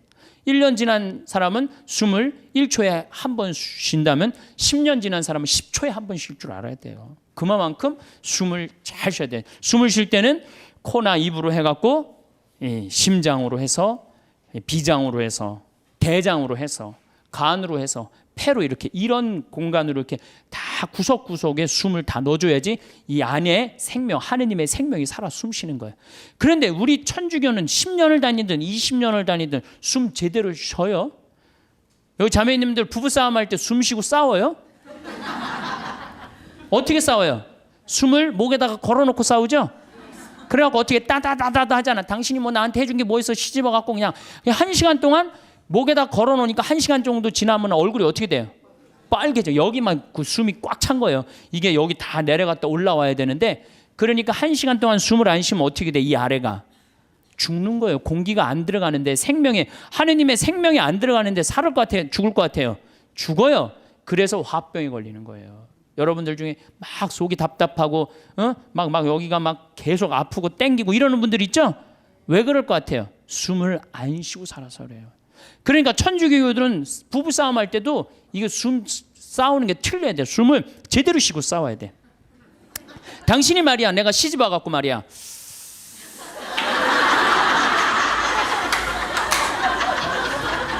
해준 게 뭐가 있어. 외식을 한번 시켜줬어. 여행을 한번 시켜줬어. 이 정도는 돼야지 도인이라고 그러는 거예요. 근데 우리는 10년 20년 성당 다니면 뭐해? 싸울 땐 목에다가 숨 걸어놓고 그냥 막 해대고 따다다다다다 하는데 이 세상은 넓은 수도원이에요. 여러분들은 돛 닦는 거예요. 저나 여러분들은 돛 닦는 거예요. 그래서 정말 하느님 20년 30년 믿었으면은 그 정도 믿으면 완전히 이제 하느님과 하나가 돼갖고 숨도 정말로 잘 쉬어야죠. 그래서 옛날에 스님들은 산속에 짐승들 많아도 산속에 들어가도 하나도 안 위험했대요. 왜냐하면 정말로 도가 깊은 스님들은 1분에 한 번 숨 쉬었다는 거. 천천히. 그래서 내가 몸이 안 좋은데 이 숨을 느껴야 돼요. 내가 이렇게 저는 우리 교우들한테 이 기도를 평창에서 가르쳐 주는데 천천히 쉬면요 다 느껴져요. 간에, 위에, 폐에 정말로 생명이 하느님의 하느님의 생명이 다 공급되는구나 그런 걸 다 느껴요. 그러니까 스님들은 산에서 내가 오늘 밤에 참선을 해야 되겠다. 돌에서 탁 소하면 1분에 한 번씩 숨 쉬는 거야. 그럼 짐승들이 스님을 공격하다가 같이 숨을 맞추는 거. 1분에 한 번씩 자기도 쉬는 거야. 새벽에 깨보면 다 죽어 있는 거야. 얘네들이 숨을 뭐 제대로 못 쉬어갖고. 그러니까 옛날에 스님들은 아무리 깊은 산 속에서도 위험하지가 않았다는 거예요. 그게 도로 가는 길이에요. 근데 우리는 뭐야? 우리는 춤도 안 춰, 노래도 안 해, 자유기도도 할 줄 몰라, 시편도 외울 줄 몰라, 그렇다고 묵상기도도 할 줄 몰라. 아니 성당에서 맨날 기도와 열심히 하라고 그러는데 도대체 어떻게 해야 되는 거야? 기도하는 방법을 알려줘야 될 거 아니야.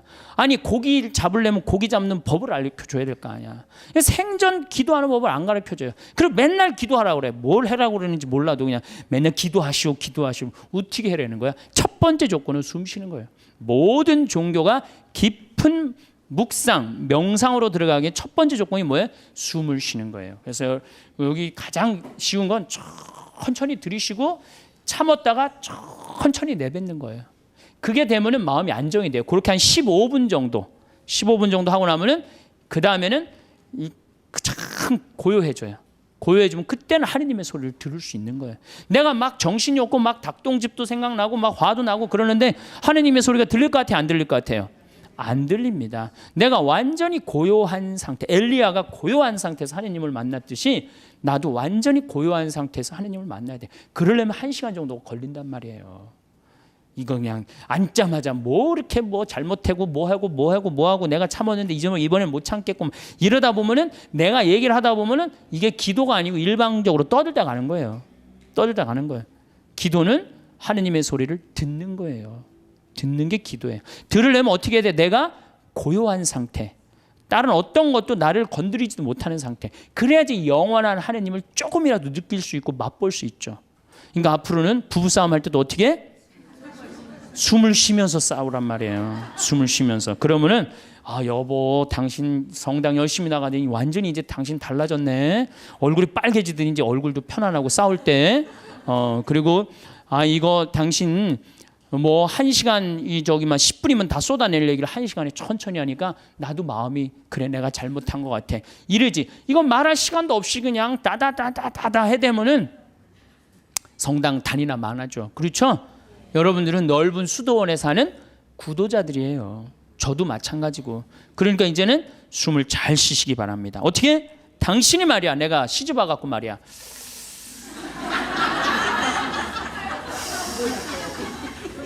해준 게 뭐가 있어? 이러면요 부부싸움 100번 할 거요 2번도 안 합니다.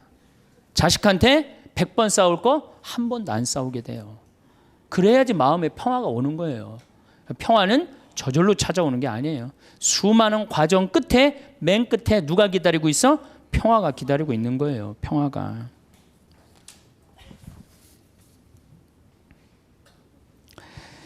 자, 이제 춤도 안 춰, 노래도 안 불러, 자유기도도 할 줄 몰라, 하느님을 향한 인간의 마음을 표현하는 시편도 하나도 외울 줄 몰라, 묵상기도도 할 줄 몰라.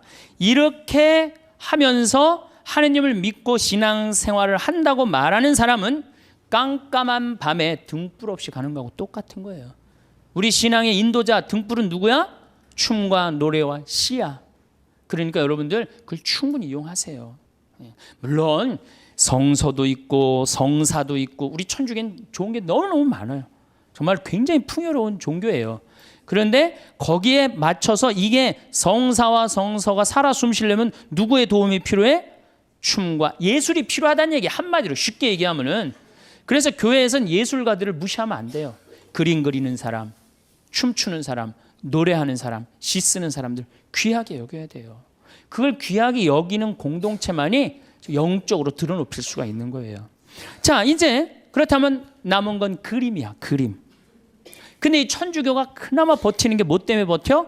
그림 때문에 버티는 거. 그림 때문에. 제가 입고 있는 이 복장, 이게 뭐예요? 그림이야, 그림. 여러분들 신부님이 수단 입고 있는 거, 제의 입고 있는 거, 그림이에요, 그림 아니에요. 다 그림이에요. 사람이 시각적으로요 그렇게 거룩해 보이는 건 굉장히 도움을 많이 받는 거예요. 특히 수녀님들, 수녀님 복장 입고 있는 거 그림 중에 제일 이쁜 그림이에요. 천주교 그림 중에. 그래서 수녀님들이 얼마나 그 그림 효과가 좋으냐면, 신부가 아무리 로만 칼라 차고 지나가도요 다 이거 보자 그래요. 저 검문할 때 신부는 소용없어, 로만 칼라. 근데 수녀님만 딱 옆에 타시면 프리패스예요. 수녀님, 그림 중에 최고 그림이에요. 그런 게 다 그림이야. 신앙에 도움이 되는. 또 우리는 스테인드 글라스도 있고, 그렇죠?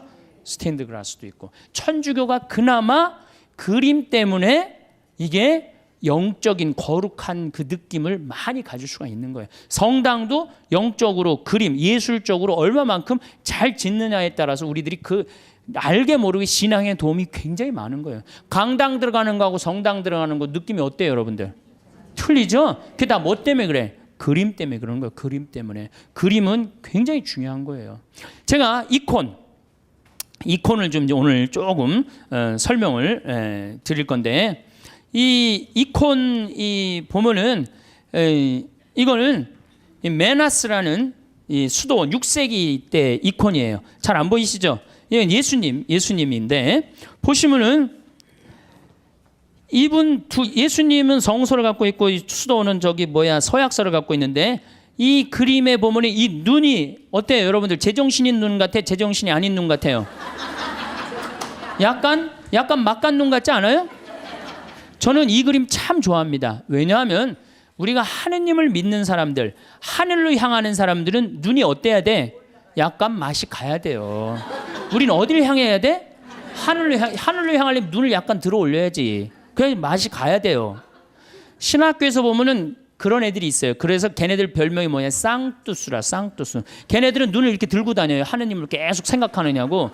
그런데 만약에 내 눈이 판교의 땅을 사면 찔까, 동탄의 땅을 사면 찔까, 이렇게 세상적인 눈을 반짝반짝하고 그러면서도 하느님을 믿는다면 아니죠.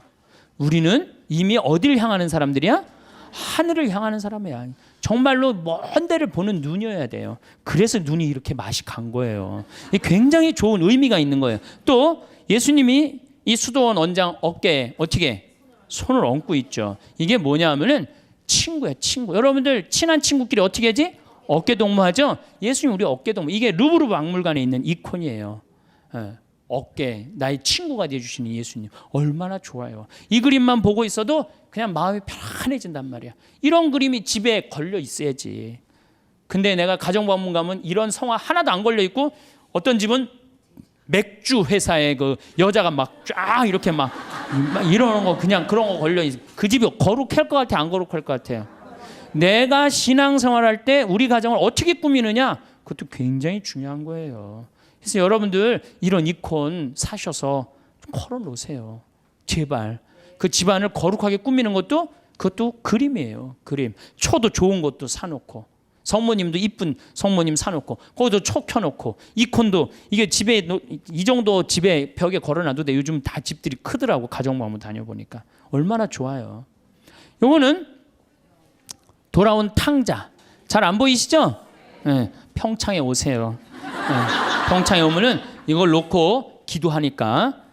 이거는 돌아온 탕자예요. 이건 람브란트라는 분의 이건 상테페테르부르크의 카잔 성당에 있는 이콘이에요.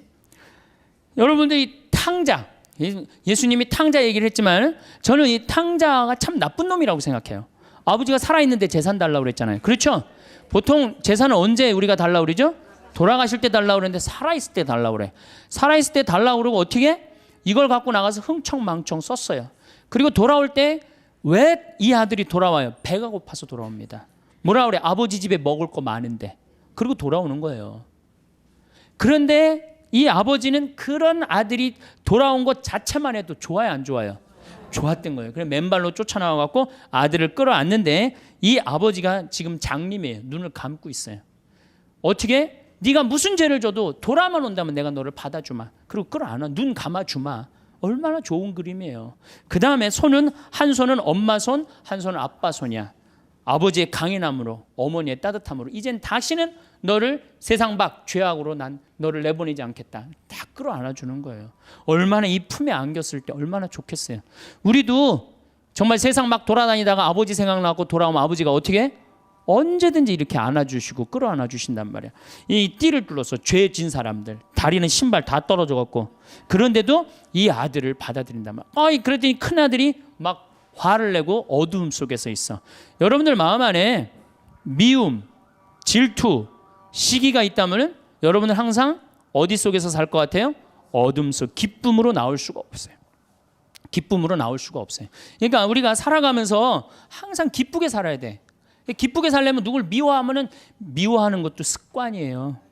어떤 사람은 어떤 사람은 신학교 때도 어렸을 때 보면 주위 애들 막 욕했는데 아직도 만나도 욕해. 그 습관이에요, 습관.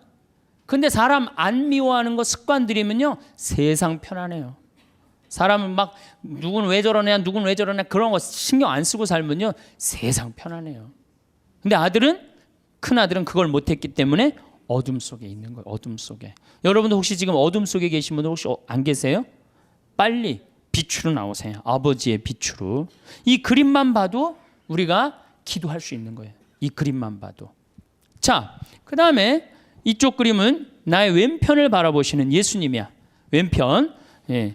이 왼편을 바라보시는 예수님, 이 그림도 전 참 좋아해요. 왜 좋아하냐면은 사람들은요 항상 오른편을 좋아합니다. 잘생기고 유명하고 높고 권력이 있고 그런 거 좋죠? 여러분들 혹시 무슨 장관 알고 있다면 나 그 사람 알아, 나 그 사람 밥 먹어서 무지하게 자랑하잖아요. 그렇죠?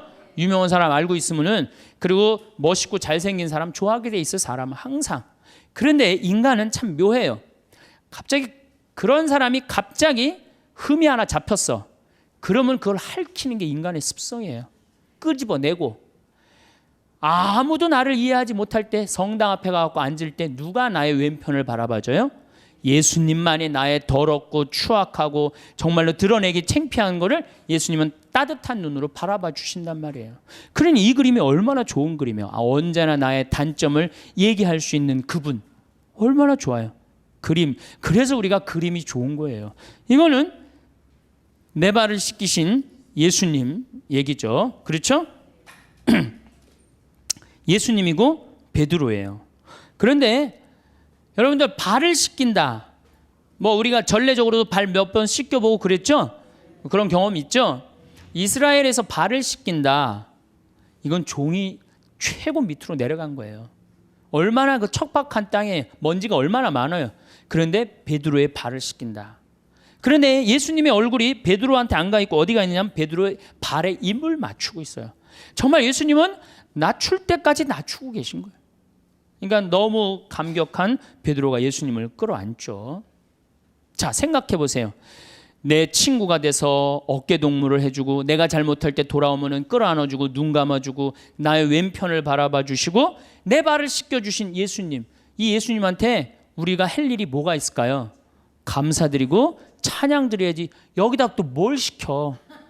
우리 예수님 너무 시켜 먹는 거 아니에요? 이제 그만 시켜야 돼요. 여기 이제 예수님은 마지막에는 우리 인간을 위해서 어떻게 하셨어? 십자가에 당신의 목숨을 바치셨어요. 이 예수님께 우리가 경배드리지 않는다면, 우리가 이 예수님께 감사드리지 않는다면, 우리가 이 예수님께 찬양드리지 않는다면 우리가 무슨 신앙인이에요. 우리들은 성당에 나오는 이유가 마음의 평화를 얻기 위해서 나오는 거 아니에요. 이 받은 은혜가 너무 많은 예수님께 감사드리고 찬양드리기 위해서 나온 거예요. 그래서 우리가 앞으로 할 수 있는 말 중에 가장 많은 말은 뭐야? 감사합니다. 찬양합니다. 경배합니다. 당신의 은총 너무너무 감사합니다. 그러다가 정 필요한 게 있으면은 그렇게 하다가 끝에 내가 요즘 우리 아들이 요새 고등학교 3학년이라 시험을 보는데 우리 아들 마음을 좀 차분하게 해주십시오, 주님. 시험 잘 보게 해달라는 것도 그것도 기복이죠. 시험 잘 본 거 지가 노력해야지 잘 보지 예수님이. 그래서 제가 가끔 성령 세미나 때 여기 앞에 앉아 있는 분들한테 여러분들 여기 왜 나왔냐고 제가 물어봐요. 병 고치려고 나왔대요. 병 고치려면 산에 가야지 왜 성당에 와. 그러면 예수님이 눈 아플 때 눈 고쳐주고 배 아플 때 배 고쳐주고 다리 아플 때 다리 고쳐주고 아플 때마다 고쳐줘요? 아니죠? 예수님은 아플 때마다 고쳐주는 분이 아니에요. 건강은 내가 챙기는 거지 하느님이. 물론 은총으로 인간의 한계가 어쩔 수 없을 때 예수님이 은총을 주셔서 고쳐주실 때 있어요. 많아요. 그런 경우. 그런 경우 참 많습니다. 저 그런 경우 많이 봤고 다음 시간에 내가 그런 예만 또 이제 들을 거예요. 그런 예만 들을 건데 참 많아요. 그런데 그게 계속 이어져. 그 사람은 신앙인 아니에요. 그 사람은 신앙인일 수가 없어요. 진정한 신앙인은 그런 거조차도 하나님께 간구하지 않는 거예요. 알아서 해달라고. 당신이 알아서 해달라고. 예. 예수님이 마지막 골고타 언당에서 뭐라고 그러셨어요? 아버지 이 쓴 잔을 저에게서 거두어 주소서. 그러나 제 뜻대로 마시고 아버지 뜻대로 하소서. 근데 우리는 항상 하느님 뜻은 생각하지 않고 하느님의 뜻을 실천하려고 덤벼드는 게 아니고 하느님이 누구 뜻을 실천해야 돼? 내 뜻을 실천해야 돼. 성당에 왜 나왔다고요? 마음의 평화를 얻기 위해서? 아닙니다. 성당에는 하느님께 경배드리기 위해서, 하느님께 찬양드리기 위해서 나온 거예요. 그리고 그 다음은 내 영혼이 구원받기 위해서 나오는 거예요. 내 영혼이. 그 얘기는 내가 다음 시간에 여러분들한테 또 할 거예요. 내 영혼이 구원받기. 그림이라는 게요, 우리 신앙에 굉장한 도움을 줍니다. 제가 능평성당이라고 경기도 광주에 있는 성당인데 거기에 참 재미난 일이 있었어요. 그 능평성당에 그 관할 안에 이 미술관이 하나 있었어요.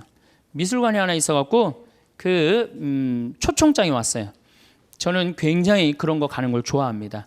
갔는데 그 따삐라고 직조 실로 이렇게 짜는 거 있죠.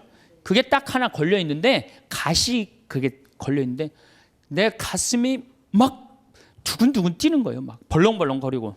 제가 예술품을 보고 또 언제 벌렁벌렁 거렸느냐면은 석굴암을 보고 벌렁벌렁 거려서. 석굴암에 계신 부처님 정말로 기가 막힌 작품이에요. 그 1500년 작품이지만은 가슴이 막 벌렁벌렁 뛰는 거예요. 그 석가모니의 그 부처님의 그 인자한 눈, 편안한 몸, 아 정말 우리나라 사람들 대단한 정말 예술을 갖고 있는 거예요. 내가 그 석가모니 안에 이 저기 뭐 석굴암 안에 있는 부처님을 보면서 진짜 가슴이 벌렁벌렁 거렸어요.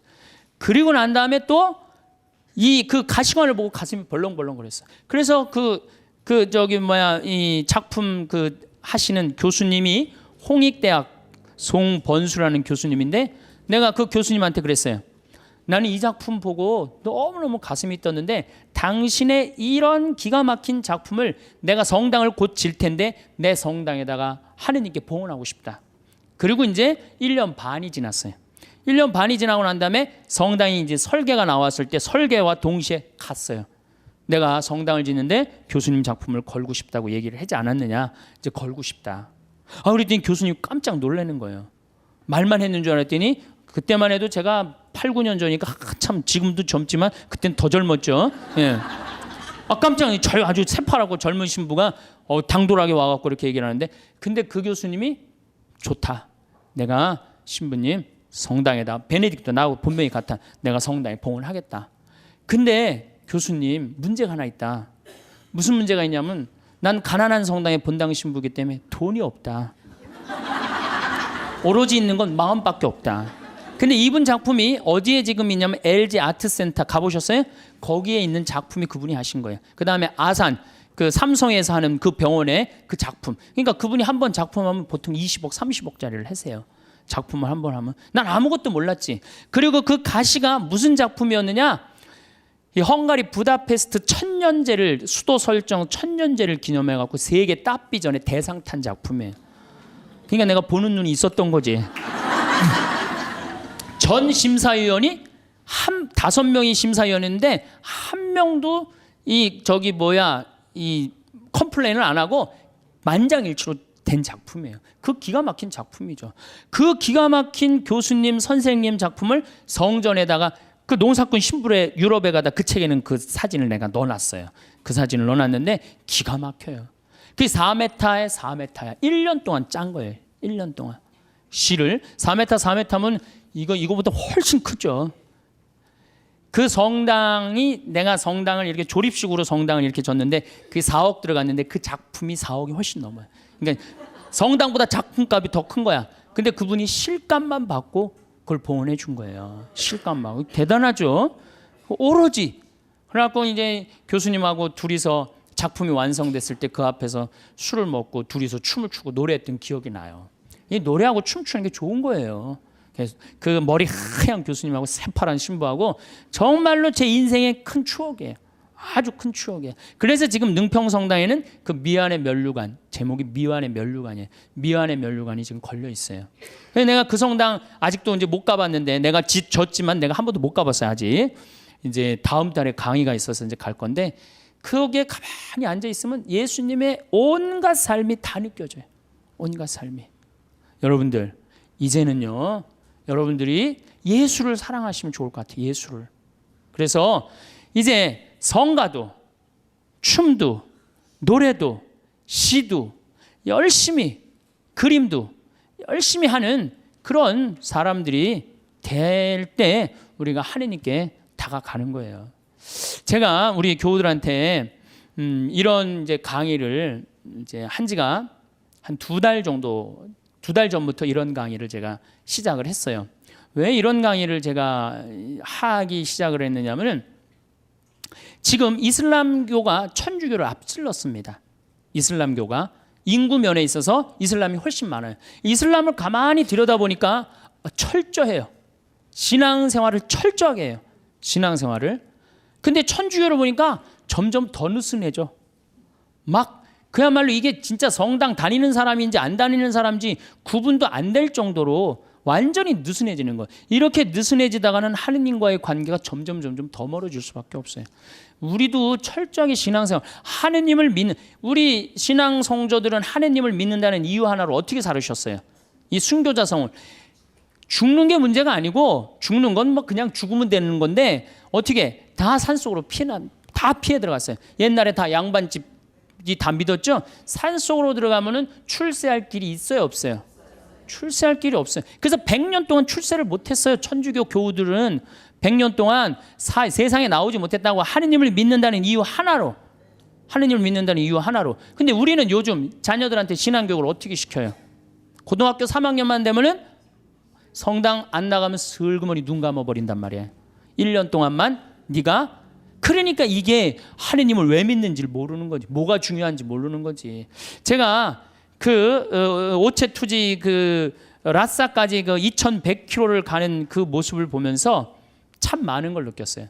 제가 우리 성지순례, 우리나라 성지순례 다 지금 제대로 다니는 성지순례 하나도 없어요. 성지순례는 원래 걷는 거예요. 아니 3번 걷고 1번 절하는 건 안 하더라도 걸어는 가야 될 거 아니야. 걸어. 근데 우리 성지순례 어떻게 가? 버스 타고 씩 가갖고 거기서 미사 한번 하고 설명 안 하고 밥 먹고 씩 돌아오잖아요. 거기에 감동이 있을 것 같아요? 감동이 있을 수가 없어요. 제가 능평 본당 신부 할 때 교우들한테 그랬어요. 성지순례 가자 그래서 제가 계속 관두자. 그래서 딱 9월 달에 성지순례를 했어. 어떻게 성지순례를 했냐면은 전체 교우들을 다 세남터에서부터 미리네까지 걷게 했어요. 세남터에서 미리네까지. 어떻게 걷게? 목, 금, 토, 일 4일 동안을 걷는 거예요. 어떻게 걸어? 저녁 7시에 퇴근해갖고 애들 다, 학교 가는 애들 다 일찍 나오고 직장 퇴근하면 다 나와요. 그래갖고 세남터까지 버스로 데리고 가요. 그래서 세남터에서부터 과천 남태령 걸어갖고 과천 지나갖고 인덕원 성당 거기까지 딱 가니까 새벽 2시야. 그럼 그땐 또 관광버스 타고 집으로 가는 거예요. 다음날 아침에 일어나갖고 다 출근하고 애들 학교 다 가. 다음날 또 저녁 7시에 인덕원서부터 또 걷는 거예요. 인덕원서부터. 그래갖고 인덕원부터 하우연 성당 해갖고 이 능평 우리 성당 있는 데까지 또 오는 거예요. 우리 성당이 김대건 신부님이 시신이 지나갔던 데거든요. 시신이 지나갔는데 거기서 이제 또 헤어지는 거예요. 새벽 2시에 마지막 기도하고. 그 다음에 이제 토요일 날은 2시부터 밤 10시까지 양지까지 우리 성당 광주에서부터 양지까지 걷는 거예요. 전체 교우가. 그리고 이제 주일날은 이제 전체 교우들 하루에 300명, 400명씩 걸었으니까 우리 교우가 2,000명밖에 안 됐거든요. 그냥 다 걸은 거지 교우들은.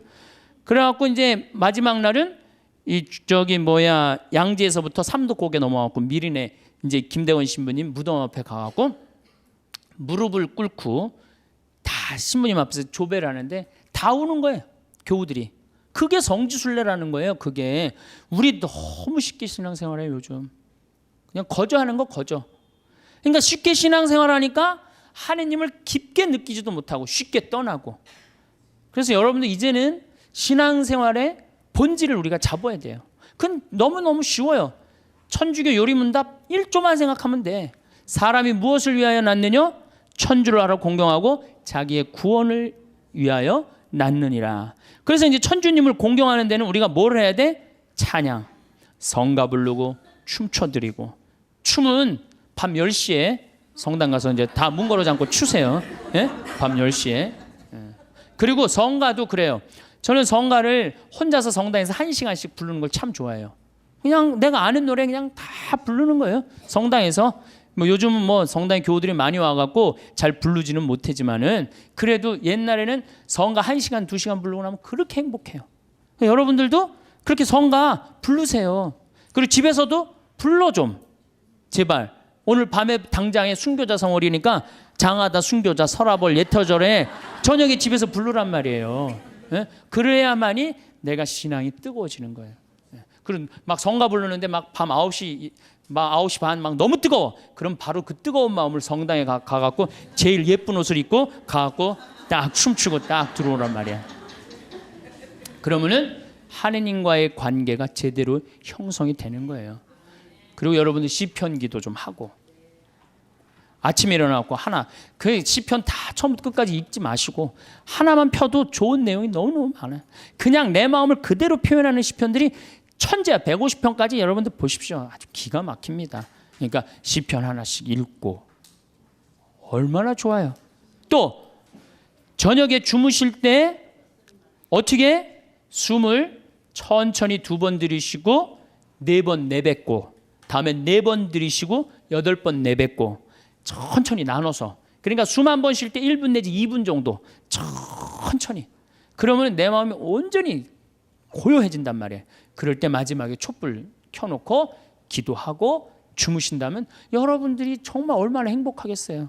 하느님과의 만남도 친숙해지고 그거 너무너무 쉽죠. 그 다음에 그림 이제 집에 가서 맥주 그 사진은 다 떼어버리고 이콘 이거 좀 비쌀 거예요. 뭐 한 2만 원, 3만 원 정도 될 거예요. 비싸지도 않지 사실은. 2만 원, 3만 원 하면은 그거 사다가 아이 방에도 하나 걸어주고 그 다음에 어디야 집에도 거실에도 하나 걸고 이렇게 여러분들이 집안을 거룩하게 가꾸고 신앙의 분위기로 완전히 돌려놓을 때 여러분들은 정말로 신앙인다운 예수님 보시기 이쁜 그런 신앙인이 될 수 있습니다. 오늘도 황창현 신부님의 행복특강 잘 들으셨나요? 이어서 나이 들수록 들으면 도움이 되는 지혜의 말씀을 들려드리겠습니다. 첫째, 외로움을 두려워하지 마세요. 나이가 들면 가장 걱정되는 것이 무엇인지 사람들에게 물으면 남자들은 외로움이, 여성들은 경제력이 가장 걱정된다고 합니다. 먹고 사는 걱정과 외로움에 대한 걱정은 어쩌면 당연한 것이겠지요. 그러나 남녀를 떠나서 대부분의 사람들은 혼자가 되는 것을 두려워합니다. 그래서 그 두려움에서 벗어나기 위해 가까워지지 말아야 할 사람과 가까워지기도 하고 주변 사람들에게 의존하고 집착하기도 합니다. 그러다 보면 잠깐의 외로운 감정을 피할 수는 있겠지만 오히려 더 괴로운 인간관계를 만들어내기도 합니다. 이것은 자신과 타인에게 모두 고통을 주는 것입니다. 외로움은 피하려 할수록 더 고독해지고 타인에게 휘둘리게 되며 자신을 더 나약하게 만듭니다. 나에게 찾아오는 두려움과 외로움을 스스로 극복하지 못하고 타인에게 의존해서 해결하려고 하기 때문일 것입니다. 인간관계를 좋게 유지하는 것이 인생에서 가장 힘들다고 말하는 분들이 많습니다. 사실 이것은 남녀노소를 불문하고 전 연령층에서 힘들어하는 문제입니다. 그러나 이것의 근본적인 문제는 나의 외로움일지도 모릅니다. 저는 인간의 불행은 고독할 줄 모르는 데서 비롯된다고 생각합니다. 외로움을 견디지 못하고 관계에 휘둘리는 사람은 평생 다른 사람의 기준에 끌려다닐 뿐입니다. 이렇게 외로움을 피하려고만 하는 사람은 마음속에 괴로움이 많아집니다. 그래서 작은 일에도 큰 상처를 받고 사람에게 더욱 집착하게 됩니다. 그러나 외로움을 받아들일 줄 아는 사람은 인간관계에 초연해지고 모든 일에 강한 모습을 보입니다. 다른 사람과의 관계가 단절되는 것이 두렵고 그로 인해 고통을 느끼는 것을 외로움이라고 정의한다면 고독은 그 외로움을 선택하는 것입니다. 외로움이란 혼자 있는 고통을 표현하는 말이고 고독은 혼자 있는 즐거움을 표현하는 말이라고 합니다. 외로움이 그 자체로 존재하는 것이라면 고독은 내가 선택할 때 존재하는 것입니다. 우리는 고독할 줄 모르기에 외로움에 몸부림치고 있는 것입니다. 외로움은 혼자 있는 것을 원치 않는 상태에서 겪는 괴로움이고 고독은 혼자 있는 것을 원하는 상태에서 겪는 기쁨이라고 할 수 있습니다. 혼자 있는 것을 즐기는 능력을 갖추면 건강한 인간관계는 물론 내 인생을 주도적으로 이끌 수 있는 힘을 갖게 됩니다. 혼자 있는 능력이란 스스로 세상과 단절되는 것을 의미하는 게 아니라 혼자만의 시간을 즐길 줄 알고 자신에 대해 깊이 생각할 줄 아는 것입니다. 세상에는 영원한 것은 없다는 것을 알고 인간관계에 집착하지 않고 여유롭게 내려놓을 줄 알아야 합니다. 그것만으로도 외로움에서 상당히 자유로워집니다. 빨리 인연이 닿는 사람이 있는가 하면 굳이 내가 노력하지 않아도 자연스럽게 오래 가는 사람도 있습니다. 이것은 삶의 당연한 순리이고 이치입니다. 나이가 들면서 혼자 있는 것이 두려운 이유는 늙어서 자신이 외롭고 아플 때 도와줄 사람이 없을까봐 걱정되는 이유가 클 것입니다. 혼자 지낼 줄 모르면 다른 사람의 시간과 관심을 바라게 됩니다. 먼저 찾아와 주지 않는다, 알아서 챙겨주지 않는다는 불평불만이 늘어납니다. 그러면 주변 사람들을 비롯해 자식들과도 힘들어집니다.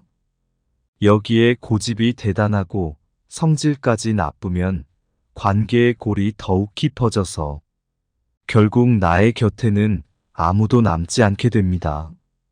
다른 사람에게 의존하고 나를 보살펴 주기를 기대하는 것은 결국 자신만 괴로워지는 것입니다. 종교가 있다면 자신이 혼자가 아니라는 내면의 힘을 얻을 수 있고 반려동물과 함께하면 외로움을 달래줄 수도 있습니다. 꾸준한 취미생활과 봉사활동을 통해 다양한 사람들을 만나는 것도 좋습니다. 이렇게 혼자 살아가는 방법을 배우는 것은 삶의 질을 높이는 길입니다. 세상에 자신을 위해서 할 수 있는 일들은 정말 많습니다. 자기 스스로 두려움을 극복하고 적극적인 인생을 살아가시길 바랍니다. 둘째, 내 주변에 있는 사람을 소중히 대해야 합니다. 매일 함께 지내는 사람은 자꾸만 단점이 보이고 갈등도 자주 생기다 보니 싫을 때가 있습니다. 이럴 때 같이 사는 사람에게 무례하게 말하거나 싫은 마음을 드러내는 것은 현명하지 못한 것입니다. 가까이 있다는 것만으로 그 사람의 소중함을 잃어버리고 살아가기 쉽습니다. 가까운 사람일수록 더 소중하게 대해야 하고 그 사람의 가치를 잊고 살아가면 안 됩니다. 여러분 중에서 곁에 있는 사람에게 함부로 말을 하거나 홀대하고 무관심하며 시간을 보내고 있는 분도 계실 것입니다. 이것은 서로에게 큰 상처가 됩니다. 옛 속담에 중마고우도 말 한마디로 멀어진다는 말이 있습니다. 그만큼 말의 중요성이 크다는 뜻이지요. 내 주변 사람이 부족하거나 모난 부분이 있어도 살피고 챙기며 그 사람이 좋은 방향으로 나아갈 수 있도록 도와주어야 합니다. 특히 사랑하는 사람에게 하지 말아야 할 말을 하는 실수를 저지르지 말고 예의 바르고 다정다감하게 말해보세요. 다른 사람과 비교하거나 자기 생각만 강요하는 것도 좋지 않습니다. 넓은 마음을 가지고 상대방을 존중하는 지혜는 상대방이 당신을 존경하게 만드는 이유가 됩니다. 그래야 소중한 사람을 잃지 않게 됩니다. 우리는 곁에 있는 사람이 소중한 사람이었다는 사실을 너무 늦게 깨닫곤 합니다.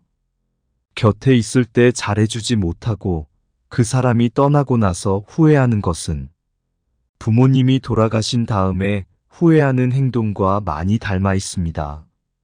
배우자를 비롯해서 곁에 있는 사람의 소중함을 늘 생각하고 후회가 남지 않도록 잘하는 것이 좋습니다. 누군가 내 곁에서 힘이 되어주는 소중한 사람들이 분명히 있을 것입니다. 나중에 여러분이 나이가 들어 혼자인 순간에 그들이 여러분 곁에 있어 줄 것입니다. 셋째, 열린 마음으로 배우고 도전하는 삶을 살아야 합니다. 우리는 익숙하지 않은 새로운 것들에 대해 우호적이며 개방적인 태도를 갖는 것이 좋습니다. 연구 결과에 따르면 우호적이고 개방적인 사람일수록 더 건강하고 행복하다고 합니다. 우호적이라는 것은 다른 사람들과 잘 지내려는 성향을 말합니다. 다른 사람을 배려하고 원만하게 지내려는 마음입니다. 개방적이라는 것은 새로운 것들에 열린 마음을 가지고 도전하는 것입니다. 개방성은 높은 상상력과 호기심이 있습니다. 원만한 관계 속에서 다양한 새로움을 경험하는 사람들이 더 행복하다는 것입니다. 새로운 취미를 찾거나 새로운 것에 도전하는 것은 인생에 활력을 주고 도움이 됩니다. 특히 호기심은 활력의 원천이며 내면의 힘을 기르는 기본적인 마음이라고 할 수 있습니다. 사람은 호기심을 잃는 순간 늙는다는 말이 있습니다.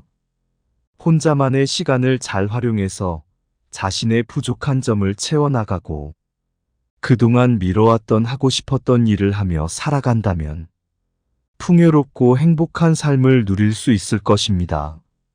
항상 배우는 자세를 유지하세요. 배우는 것을 멈추지 마세요. 무엇이 되었든 배움은 당신에게 큰 기쁨이 될 것입니다. 작은 목표를 달성하고 성취감을 맛보면서 삶의 에너지를 얻으세요. 새로운 것에 도전하는 것은 용기가 필요한 일이지만 자신의 한계를 넓혀가는 과정에서 커다란 성취감과 무엇과도 바꿀 수 없는 자신감을 얻을 수 있습니다.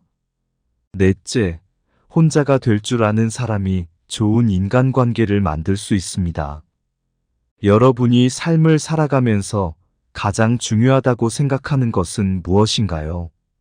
많은 사람이 인간관계가 행복한 삶의 원천이라고 생각합니다.